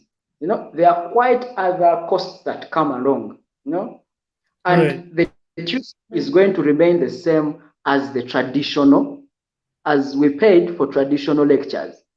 I've seen one colleague here stating that education should be Africanized, but well, I need to leave to the answer of whether Africanized education shall really get us to cope with the Western world that we are trying to emulate and embrace. We are competing with a Western world whose education systems we have failed. We have, using their education systems, we have failed to get to where they are. So I've seen one colleague stating that probably we should Africanize the education, and probably let's see what. Right. I guess we shall have to figure out what an Africanized education looks like, and what value does it add to the Ugandan or other African economy. What sort of impact would such an education bring onto our communities?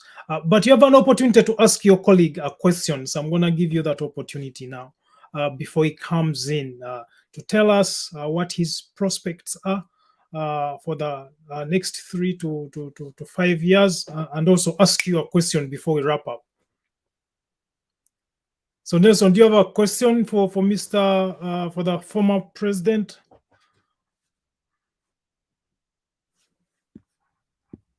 Are you with us? Are you still with us, Mr. Mushabe? Okay, so we have lost him. I've lost him. Oh, there you go, Mr. President. Your thoughts. And if you want to respond to what Mr. Mushabe has also said, please proceed. All right. Thank you so much. I'm going to just ask a question which might not necessarily require a response, but rhetorical exactly, question. Just rhetoric. Yeah. You just have to give it a thought. There are going to be a couple of them. So after realizing that there might or might not be hope, because I've said there might or might not be hope to realize the capacity. You understand? For the mentorship. You understand? Right. Do we just bury it all? Or the advocacy should get us on the way? As we advocate for better, I think we should be moving. You understand? We should be moving. Should we sit back and observe, neglect the mentorship not to capture any, or we mentor so as to capture some as we build or better the nation?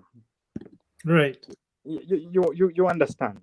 So whereas, because me, there is one thing I so much want to emphasize on, and that is entirely to do with the lamentation. You understand? If at all something is not right, do we just give up entirely, or we have to move while we advocate?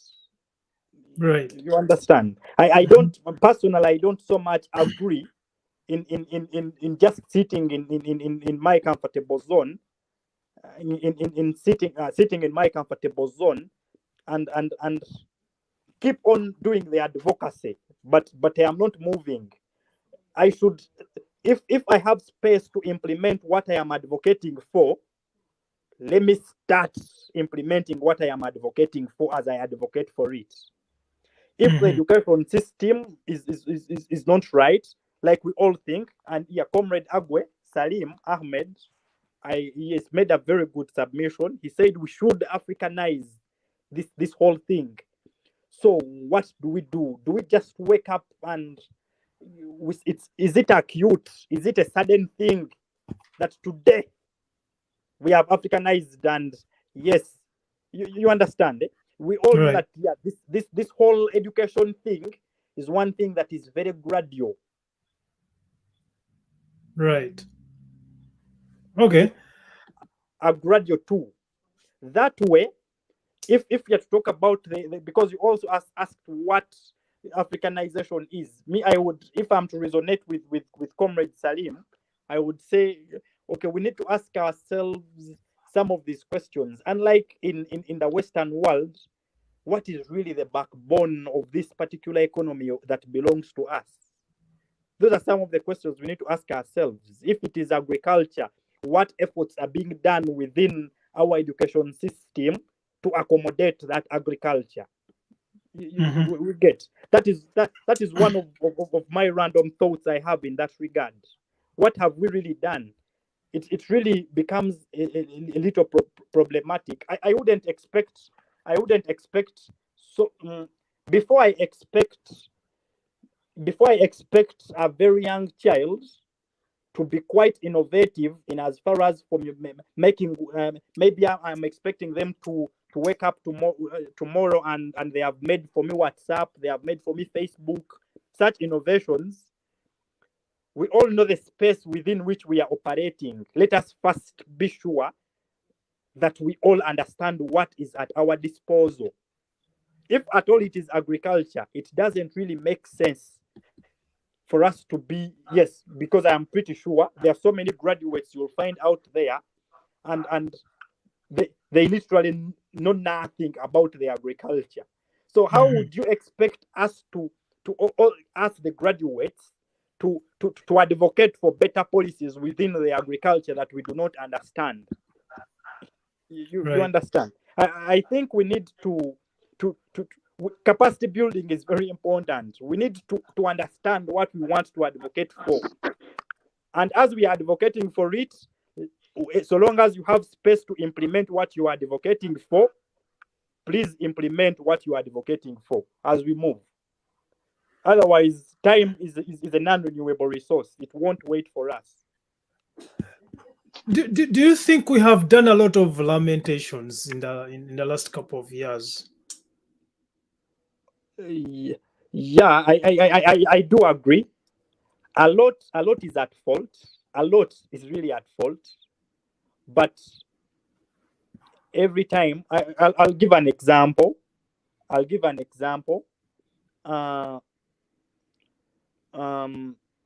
example, the current rising fuel prices. I'll use that as an example. Mm-hmm. It is surprising how we see fuel prices are rising, and suddenly there is still traffic jam on the road. The irony. Exactly, you understand. Hey, I think you get. The prices are quite high, but there is still traffic jam. The road that had traffic jam 2 months ago, 1 year ago, that road still has traffic jam to date, meaning that the users of that particular road are still seemingly the same. And what does that really try to resonate with you? When you just hold yourself strongly onto the lamentation, what that tries to communicate is that whereas others are trying to lament, they are now trying to forge ways of how to survive. How do we keep proceeding? We are lamenting. They find the prices are so high. But try to do something about it, but they'll ask you. So now, what do we do? you understand? You yeah, have but that is the reality. Yeah? But someone could argue that the massive traffic jam is probably caused by the poor infrastructure, so bad roads, but also the fact that when the president of Uganda is traveling from Entebbe to Kampala, people have to be stopped for almost 3 hours, 2.5 hours before he leaves his home and then travels to Kampala State House. Those could also be factors as to why traffic, especially within the Kampala metropolitan, is still very rampant. Yeah, it's still in the same regard. I would say that there could be a number of contributors to a particular subject. If for now the subject matter here is the traffic, but if we are trying to attack, we have to attack all of those factors. So long as to make something right, we attack one at a time. If we are attacking unemployment, that is why you wouldn't be shocked that we have been talking about unemployment, but we go back to education. You understand? Otherwise, the discussion would entirely be premised on employment policies, full stop. You understand? But right. Then we are trying to look at all other factors, the various determinants of this particular thing. How do we address them? How do we address them? So if we have to talk about the traffic, we perhaps have so many reasons as to why we have this particular traffic. But a mere fact that you've addressed one particular thing, for example, if we address the point of the education sector, we hope we shall have done something before we get to the wages. You understand? So if at all we address the issue of the fuel, or the affordability, the revenue on the cars themselves, the revenue on the cars themselves, the revenue on the cars themselves, because we are convinced if the revenue goes low, quite low, more people will buy the cars, isn't it? More people will buy the cars if the revenue is low, isn't it? And that will increase the traffic. So if the and the reverse is true. If the revenue is too high, if you make the revenue too high, we expect that the cars will reduce, because that is one of the factors, isn't it? We expect they will reduce. So now the revenue this time round is the fuel itself. If at all the fuel prices go too high, we expect that traffic, because we have attacked one of the factors, traffic should at least reduce to a lesser extent. It should reduce. But a mere fact, you find that the way you used to suffer a week ago, a month ago, is perhaps the same way you're still suffering. That means that people could be quite constrained out there. They are buying this particular fuel with a lot of pain. But why do you think? Why do you think that they are not choosing to park the car? You understand? Perhaps because they can't get to work without a car. Exactly. So they can't get to work without the car. That means, as they are trying, as the advocacy is ongoing, they are trying to see what to do, how to survive. You understand? Right. So that gets back to what I was saying earlier, that yes, as we are trying to advocate, because personally I am an advocate of social justice. I hate social injustice so much. But as I am advocating, I have to look for ways of implementing what I am advocating every time I have an opportunity to. That's why a number of people have found me interacting with people on personal grounds as regards the current regime. And someone would see me and ask me, excuse me, why are you really wasting your time explaining to that particular person the wrongs to do with this? Me, I believe I am doing my part. I am doing my part. You understand? Let me keep advocating. I think it's very important for us to have those conversations, even with people we think that should know better.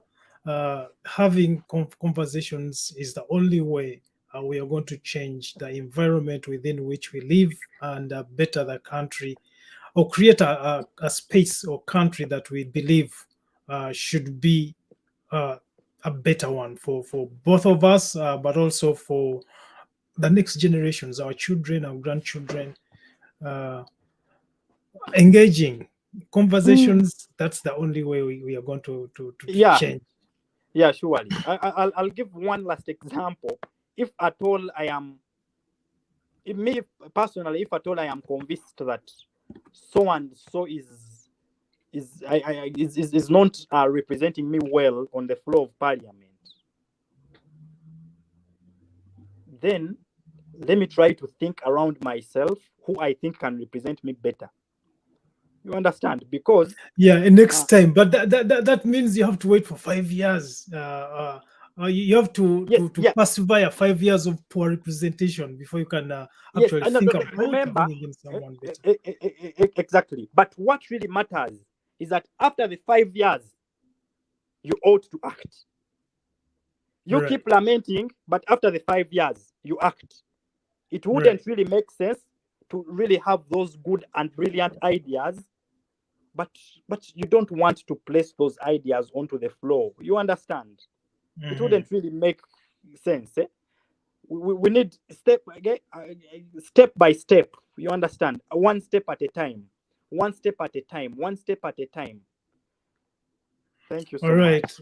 Yeah. So we're wrapping up. I want you to wrap up. I'm not sure if you want to interrogate Dr. Joel Milembe's question, which is how do we get a system in place?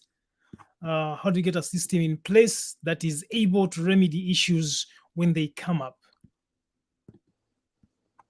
So I'm not sure what he means by that, but I think his question is stems from the fact that we always face issues that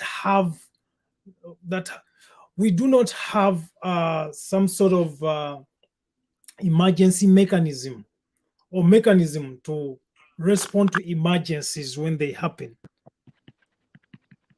or issues.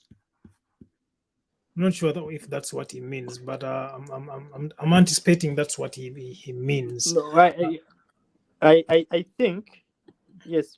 From as well from my understanding of the same, I would say this is one thing that might not happen in a blink of an eye.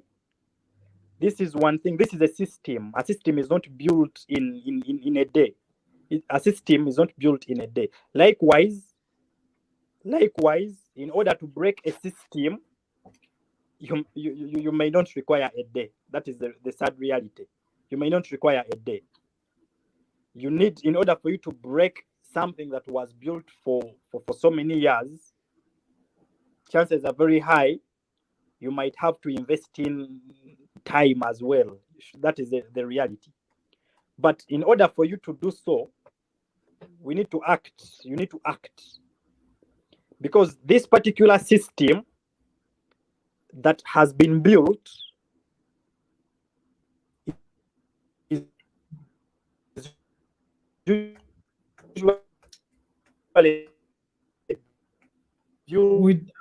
we don't hear you. We don't hear you. We seem to have lost you. Oh, sorry. Is it better? It's better now, yeah. All right, thank you. Yes, I strongly believe us all, we have a duty. We have a duty. We have a responsibility to play. So many times we might actually think whatever you're doing, wherever you are in your capacity, is just a drop in an ocean. But once that drop is not in the ocean, the waters of that ocean are less by a drop of water. When you try to calculate that volume, you understand. So let us all get together, get out of our comfortable zones, advocate for what we think is better. Where every time we have an opportunity to implement what we are advocating for, let us utilize that opportunity. And for the same reason, I am quite so glad for such spaces, because such spaces help us have such discussions. We surely need to open. All right. Of course, we have had three brilliant fresh alumni. Beg your pardon. We have had three brilliant fresh alumni from Makerere University. We have been interrogating what their prospects for the future are, why they are excited, and if they should even be excited at all. You have had an opportunity to hear from each and every one of them. We have interrogated the issue of unemployment. We have interrogated the issue of education. We have also, to a certain extent, evaluated other issues that could have been could do with more interrogation.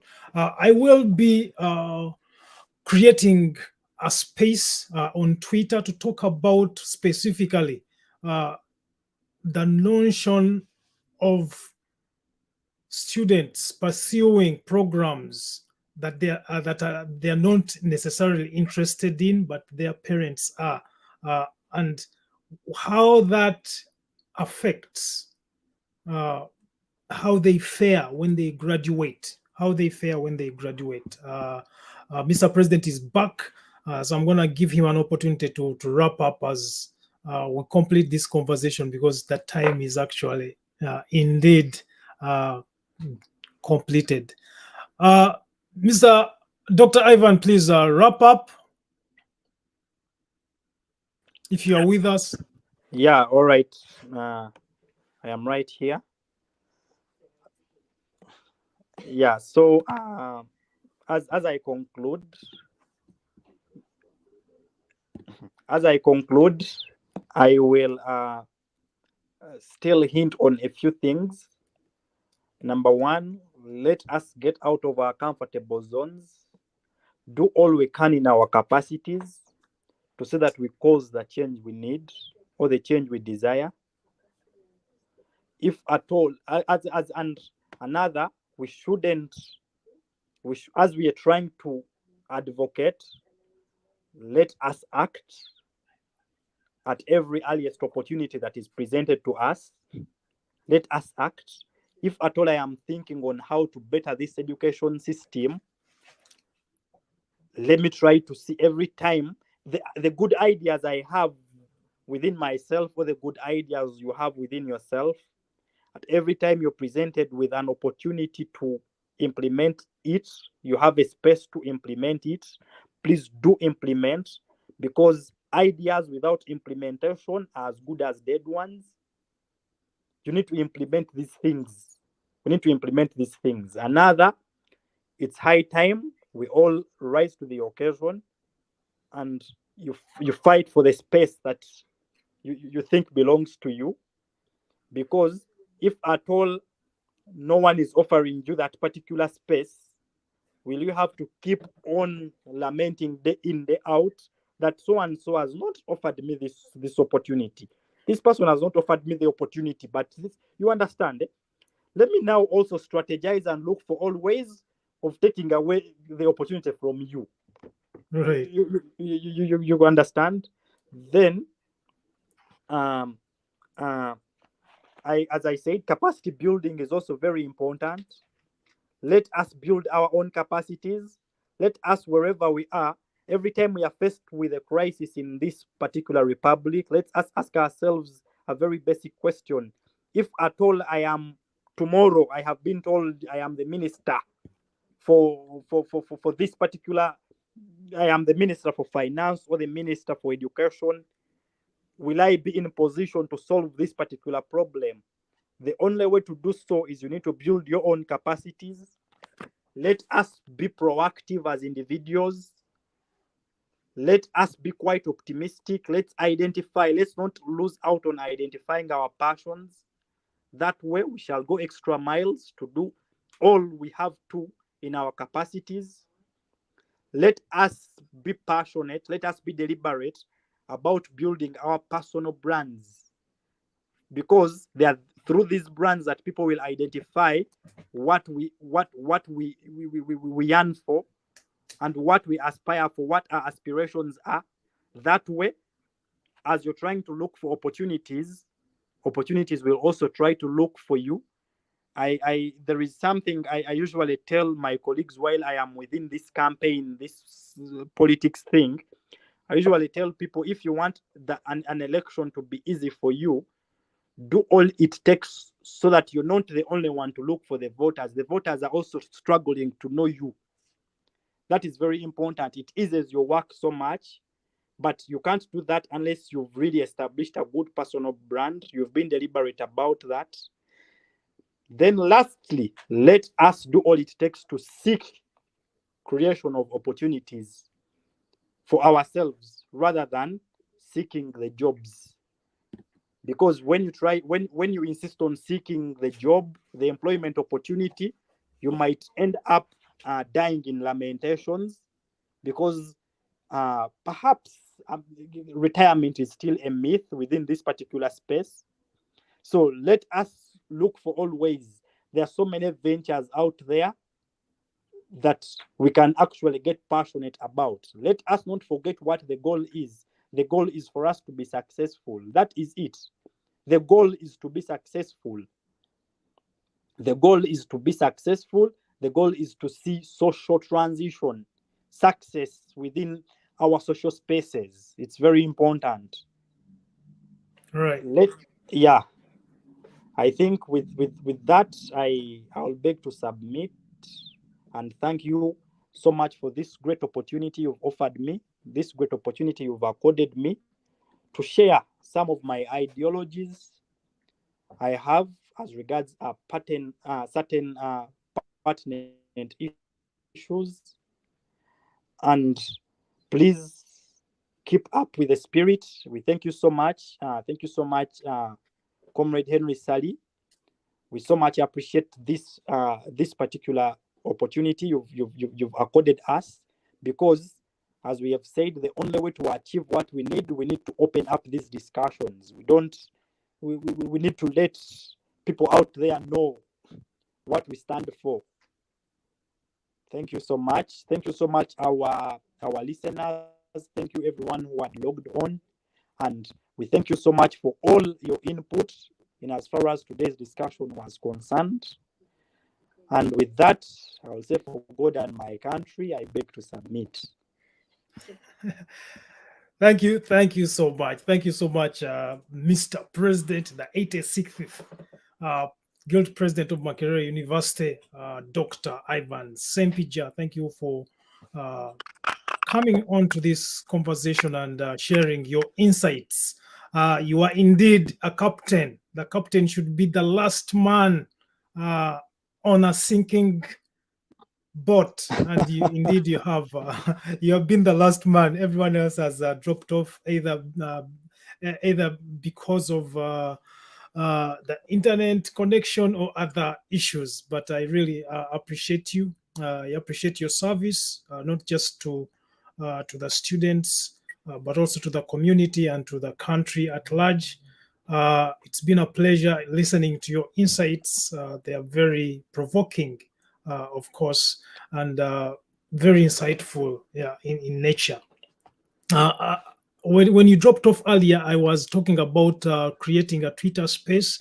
I think we need to interrogate one of the issues that we talked about, the issue regarding mentorship and why students should be helped, not just at the university level, but from the primary level, and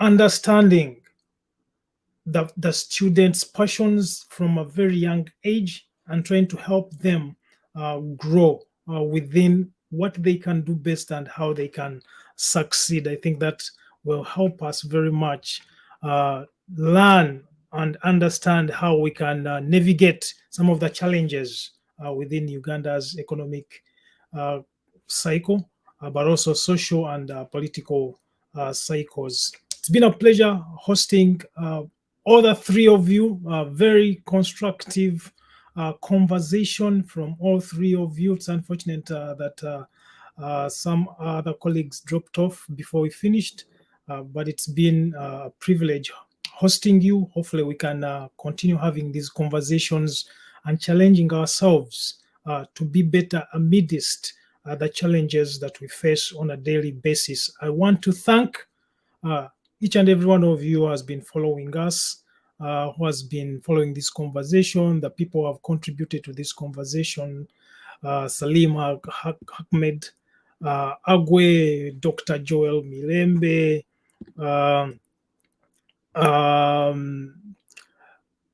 senior comrade Omar Kalinge Nyago. Thank you so much for following us.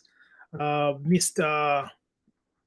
Going to read some of the names that I'm able to see. Mr. Mate Derek, Miss Nadia Apai.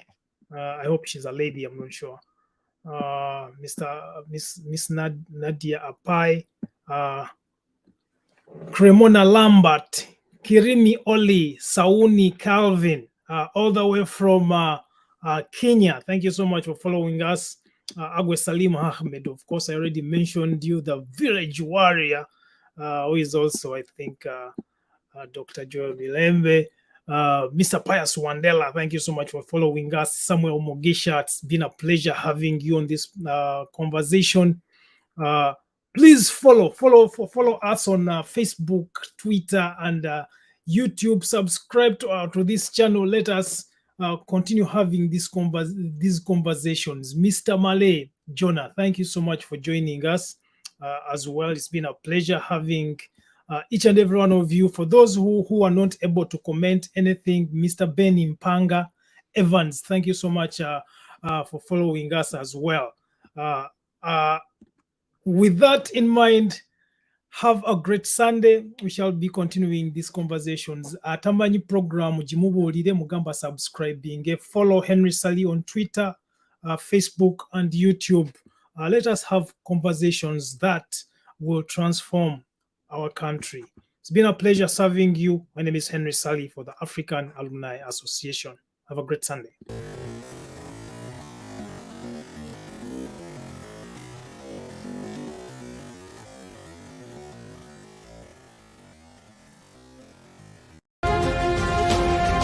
This is the state of the nation. Ibifa Mubanga. We are deliberate, we are reasonable, we are uncensored. The state of the nation with Henry Ssali.